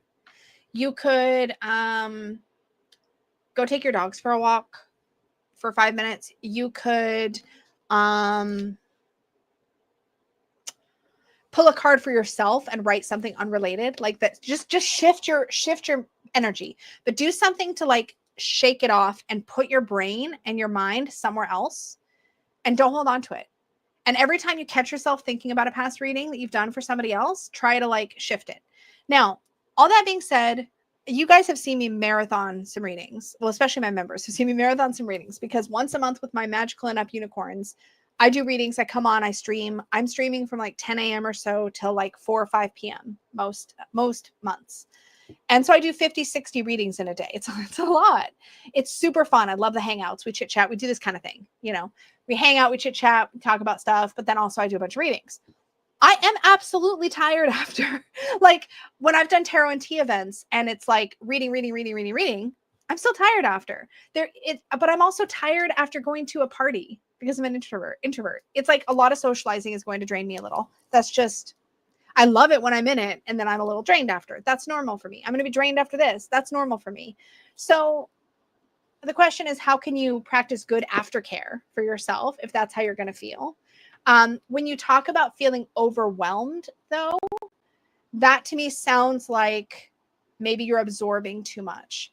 And so anything you can do to distract the mind or shift your energy, like I said, do something for yourself that puts your brain somewhere else. Intentional escapism. Play your favorite video game, read your favorite book for a little bit, do some puzzles, do something that's going to literally put your brain somewhere else. And mentally, that's going to definitely help you shift the energy for sure. Yeah, doing something opposite or something else is probably my best tip. Like, my favorite thing after is to tune out watching some videos or watch a movie, watch a show, play some cozy game, do something to like literally take myself somewhere else. It's my best replenishment. If I go like soak in a bath, I'm going to ruminate and I'm going to get overwhelmed. But I have to give my brain something else to focus on typically. So yeah, if you're somebody who thinks about it a lot after, every time you train your brain, every time you start thinking about a reading you've already done, literally make your brain do something else. You can Pavlov train your brain. It can be done.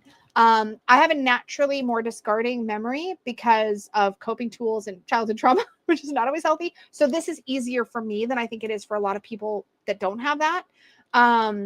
But you can train your brain to do it. You just want to be mindful about that. And if it is something you want to make sure you remember to help your client later, then write it down first. Write down whatever relevant client notes or reading notes you want to be able to refer to later if you work with that client again, and then go distract yourself. So think about how you want your practice to do it, especially if you're reading professionally. Do you want to keep client files? Do you want to keep client notes? If you do that, do not hold on to people's personal identifying information. Give your client a nickname or something or whatever, because there's legalities around holding on to other people's personal information. But you could even just put the date and time of the reading and not any of their information. So this date, this reading I did, this was what it was about, or these are the key points I want to refer to later. But so if you want to keep a client book, keep a client book or a client file, you can do that. But then once you've made your notes, shift your brain to something else. Again, harder to do if you're doing a lot of back-to-back readings. Like I've done tarot and tea events where they're 15-minute readings and there's a 5-minute breather in between. Like I'm not going to get a chance to shift my brain until I'm all done for the day, usually. And those can be overwhelming days for sure. But most of the time now, it's not hard. I've super trained my brain to, as soon as I've read it, I forget. Like in the same member reading stream, somebody say like, oh, I'll get comments. Oh, that reading was so relevant. Like you told me this and this. I'm like, oh, that's cool. I did a cool thing. It actually is not always great too when I write things, because I also forget what I write. It's a fun time if you're me, but that's how my brain is. Hopefully that was helpful. I will try to clip out some of these questions for videos to put up over the next month too. So if you're coming in, we've been on a long time. So if you're coming in and you missed it, don't sweat it. I'll try to clip out some videos as I get time, which I've been doing with these troubleshooting the tarots. Okay, I got Jenny's question. Okay, we've got a question from Krita. This is a great question. I've been doing practice readings in exchange for feedback, which is a great way to get started. The feedback has been good. How do I know I'm ready to start charging real money? I am not going to give the most popular opinion. I feel like most people say like you should feel this way and you should have done this much and you should have been practicing for this long. Do it when you want to. Do it when you want to. And the question for me is less about when you're ready. It sounds weird. Less about when you've met some sort of objective like measuring stick of like, okay, I'm ready now, and more about whether or not you feel confident enough and comfortable enough that you're not going to be self-conscious charging money. So it's about an emotional feeling for me more than it is about anything else. But I'll tell you the things that I look for in a professional reader. I want a reader who's not going to panic if they pull a card for me and don't know what it means right away, because it's going to happen. So here's some things I would say. Like, okay, like here's a good example. I'm going to use yoga again. Sorry. I cannot help it, y'all. I spend a lot of time teaching yoga. Okay.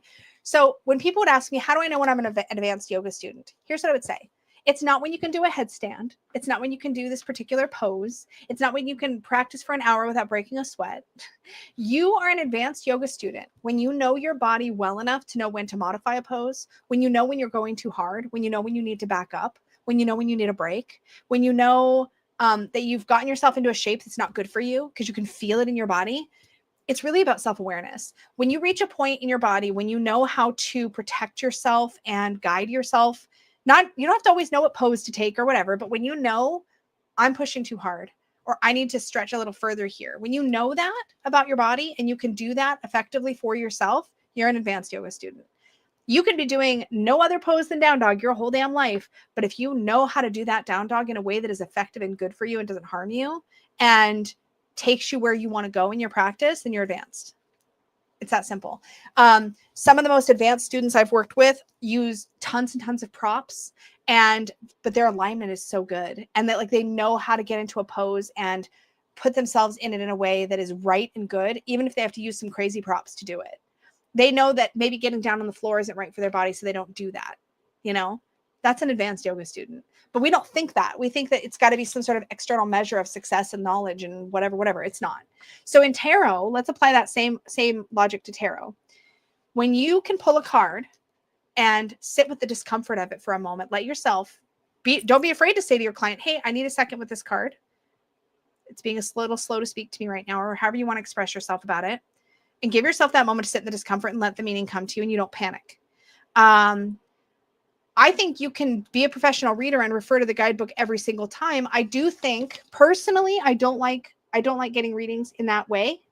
I would prefer that if you're going to use the guidebook to read, that you're transparent about that. So I know, because it's probably not going to be my style most of the time. Like I like when people I know read for me that way, that's totally fine.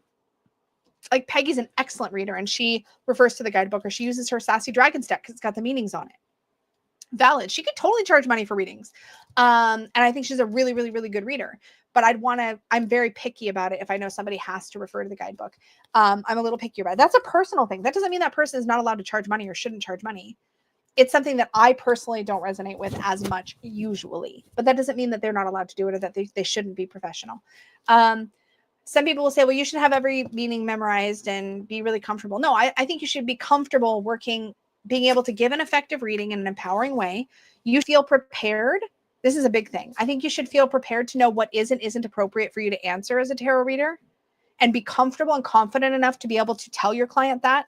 If somebody comes to me, I've had it happen. I've had somebody come to me with a question and express themselves in a way that made it clear they were in intense emotional and mental distress.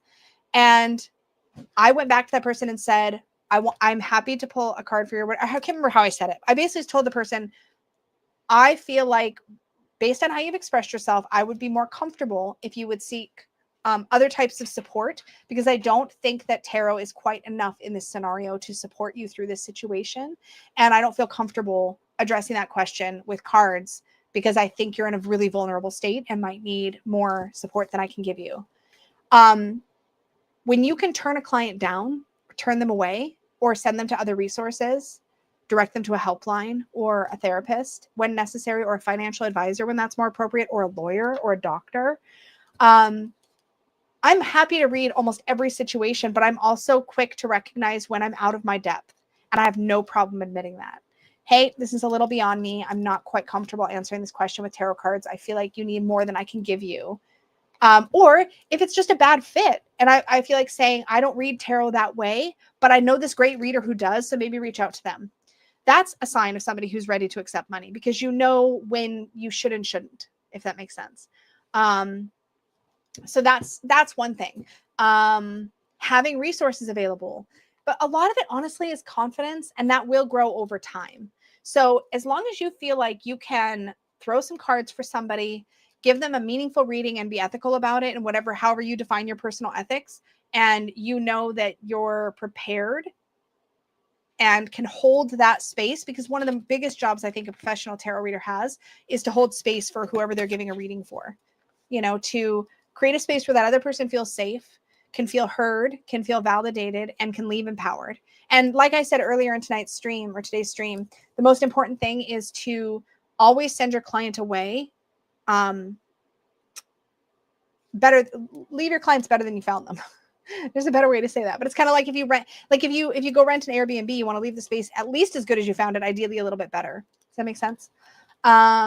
Priscilla says you could check out this book called Will You Give Me Readings by Jenna Matlin. It's such a great resource for building confidence with reading for others, even if you're charging money. Yeah. And something else you can do is also price yourself in accordance with your confidence level. This sounds kind of bad, but like in the beginning, price yourself lower. Be like, I will give readings for $5 because I'm just getting used to this and I want to see how that feels. And then up your price as your confidence grows, as you feel more competent, that sort of thing. And a lot of it is like, it's really you determining for yourself, I think I'm going to feel comfortable accepting money for this. And that's a personal decision. But I don't think you need to be at some particular level or have done a certain percentage or number of readings in order to charge. I think you need to be comfortable charging. And that's the most important part. My dog is whining at me. It's okay, Shayla. Okay. And then finally, Michelle asks, this will be, I think, the last question we'll take, and then we'll be wrapping it up. So Michelle says, how do you pick which layers you're going to add into a reading? Being an 8 of Pence perfectionist, I want to do it all, even for brief readings. I don't think I predetermine. I understand wanting to do it all. But I think the moment you get a useful answer, you're already done, if that makes sense. So yeah, it kind of depends. I feel like this, oh man, does anybody else have any good advice for this? Because I feel like, you're welcome, Krita. I feel like a lot of it comes naturally and quickly for me now. But I think that as soon as I know what that card is telling me, I'm pretty much done and ready to move on to the next card. So if I've laid out 3 cards, I don't always look at layers. Like here, I've got 2 major arcana cards. I didn't shuffle. Let me just get some different cards here. Hold on. I feel like we're seeing the same ones again and again because I'm not shuffling. So we have 4 of Wands, 2 of Cups, and 6 of Cups. So if at first glance, a pattern doesn't immediately jump out at me as significant, Like, the question is, so how do you pick which layers you're going to add into a reading? So like, I'll often add layers. So I only do it if it jumps out at me. So like here, I've got a 4, a 2, and a 6. Nothing feels super dominant. I mean, technically there's more cups than anything, but it's a small enough reading that doesn't feel super significant right now. If they were all cups, it might feel significant. There's not like a dominance of major arcana. There's nothing jumping out at me right away that feels like it's a layer that I need to pull in. So I'm going to look at four of wands, 2 of cups, 6 of cups, and probably just read that as a combo and call it done. Do you know what I mean? But like if I pull,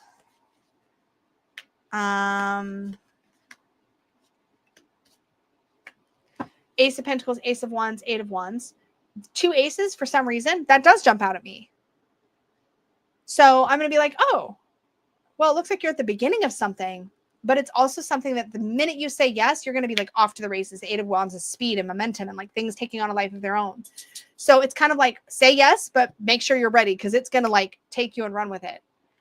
So as to layers, it's just what jumps out at me. If a color jumps out at me, I will read it. Like if I, let's do a better example here.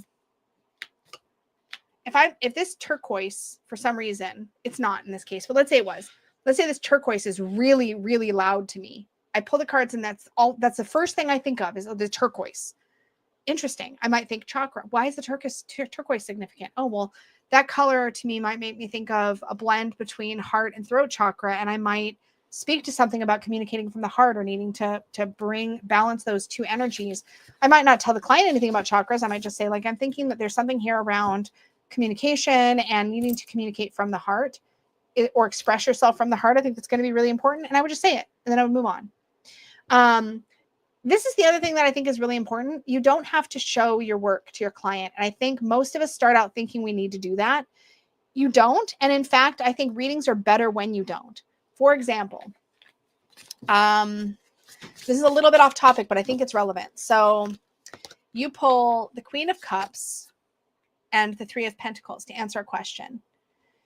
So when I was first starting, I might verbalize, well, the Queen of Cups means blah, blah, blah, blah, blah. Therefore, this is how she applies. The 3 of Pentacles is about this. Therefore, this is how it applies. And I'll probably still slip into that now and again when it feels relevant. But most of the time, I just give the reading. Like, what am I getting from all of this? I don't have to explain how I got there. And in fact, when you give yourself permission to not explain how you got there, you'll find it way easier to add in other intuitive layers without feeling self-conscious, because you don't need to explain where you got it. You don't need to point it out. You don't need to say, well, this top pentacle for some reason is orange and it's making me think of the sacral chakra. And because it's making me think of the sacral chakra, I think you need to tune into your emotional center and really feel your way through this situation. And in fact, if you explain that, there are people that are going to look at you and think like, lady, you're bonkers right now. And that will make you feel self-conscious. And then you won't want to do that next time. But if instead you look at this and you go, Queen of Cups, which is like I'm going to think this to myself. I'm not going to say this out loud. Queen of Cups to me is about like emotional, how we're managing our emotions, how we're managing our emotional nurturing. Are we giving more than we're taking and receiving in relationships? Are we balancing that? Are we taking care of ourselves as well as other people and not like blah, blah, blah, blah. So all this stuff might be rolling through my brain. 3 of Pentacles to me is a collaborative energy. So I might look at all this and then I might also see something here about the way that they're weaving. And I might think that there might be something here about needing to bring something together. So all of this might run through my brain. But what I might verbalize to my client is, it seems to me like you're working with other people on a situation. And it's really important that you don't overextend yourself. Like you might have a temptation to kind of want to take over or do for others because you just like showing up that way for people. But at the end of the day, you're going to come out of this experience, and so are they, much stronger for having worked in a way where everybody gets to contribute somewhat equally. So even when you want to do for others and you kind of want to like just be helpful like that, you might need to rein yourself in a little and let other people solve some of their own problems too, because then you'll all leave this progress. You'll feel like you've all created something together that has each of your like energy and contributions in it. And that's going to feel really good to everybody who participated. So share some of that like burden with others around you and let them participate as much as you're participating, even when your inclination might be to sort of like bail everybody out emotionally, like, whatever. So I might like just babble like that about it, but I'm not going to then come back and explain how I got there. Now I do that sometimes in member space when we're doing readings for magical unicorns. Yeah, did I? Yeah. When I'm reading for magical unicorns, I will put the cards down in front of me, but they can't see the cards. You all can attest to this is how I read. I'll usually lay 2 or 3 cards depending on what I'm feeling that day. I'll look at them. I'll give the reading to the camera because I'm face on. I don't have this 2 camera system going. I'll look at the cards that are on my table. I'll give the reading. And then afterward, I'll say, these are the cards I got for you.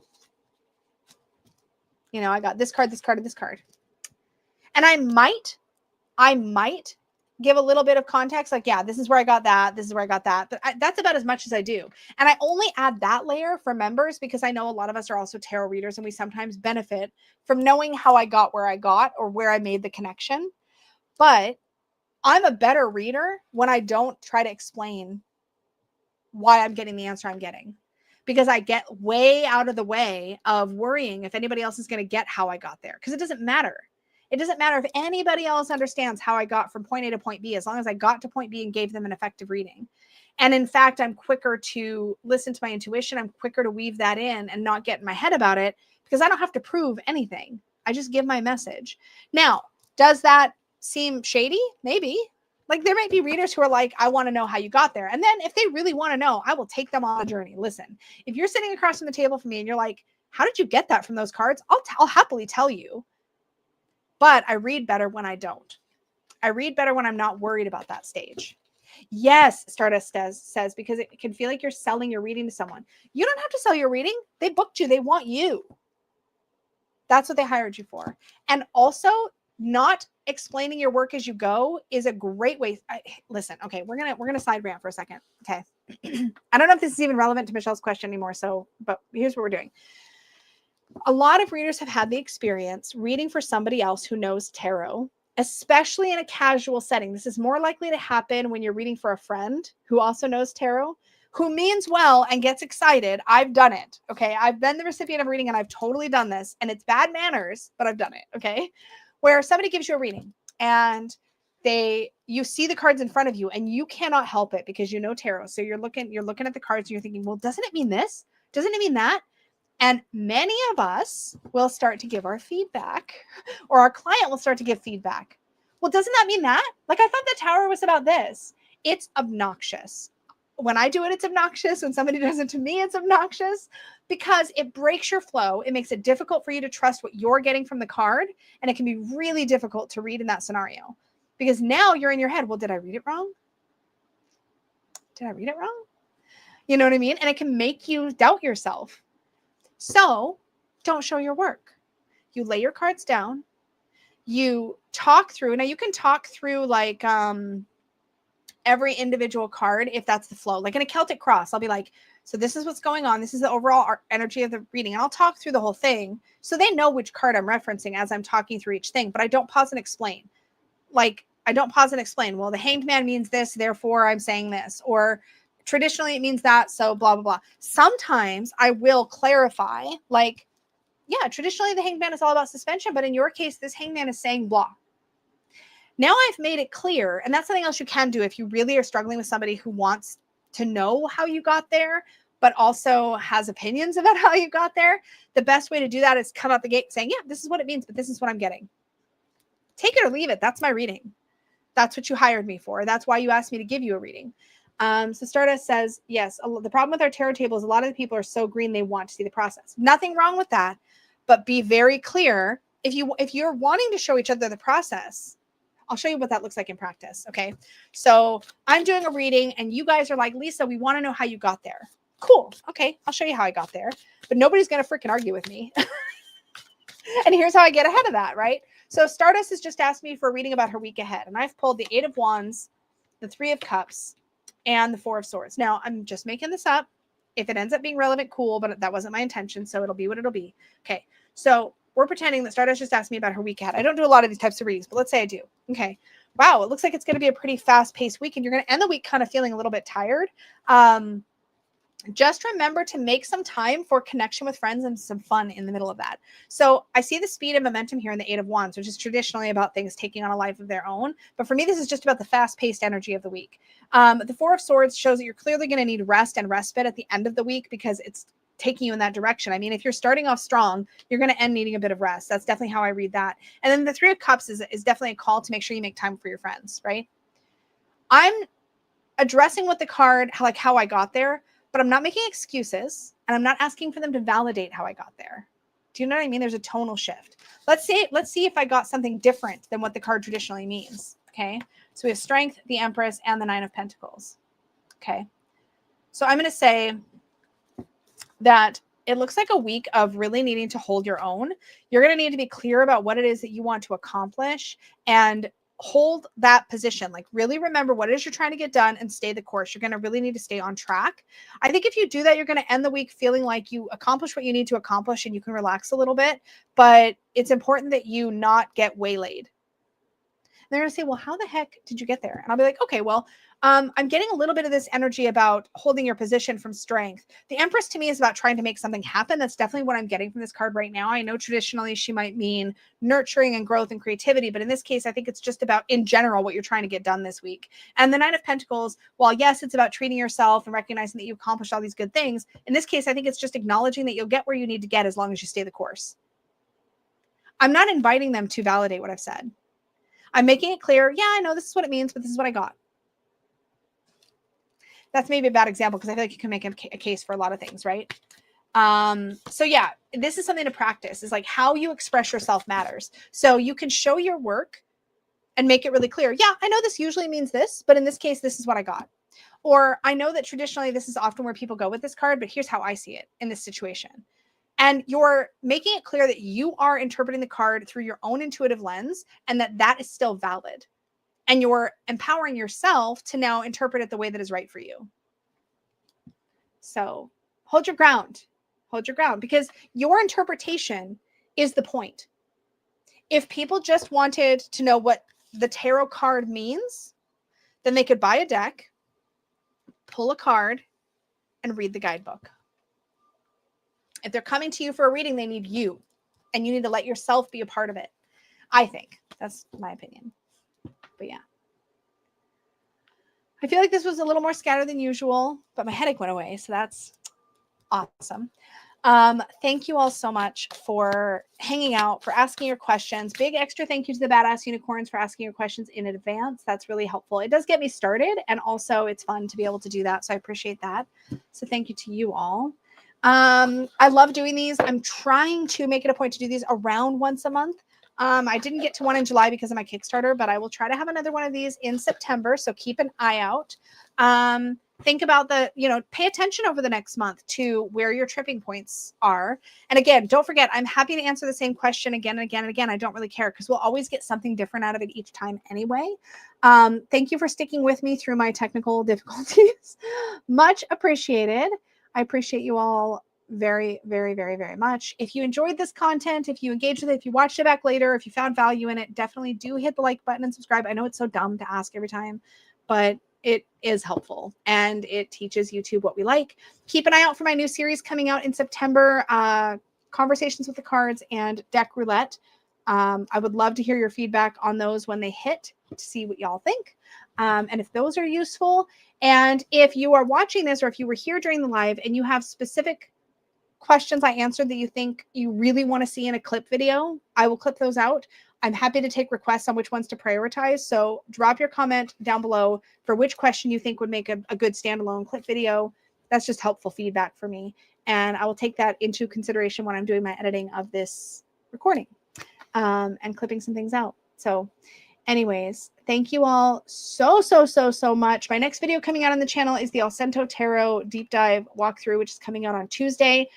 That was a doozy. I was filming that for, it felt like ages. There's so much substance in that deck. So if you're curious about that one, definitely check that out.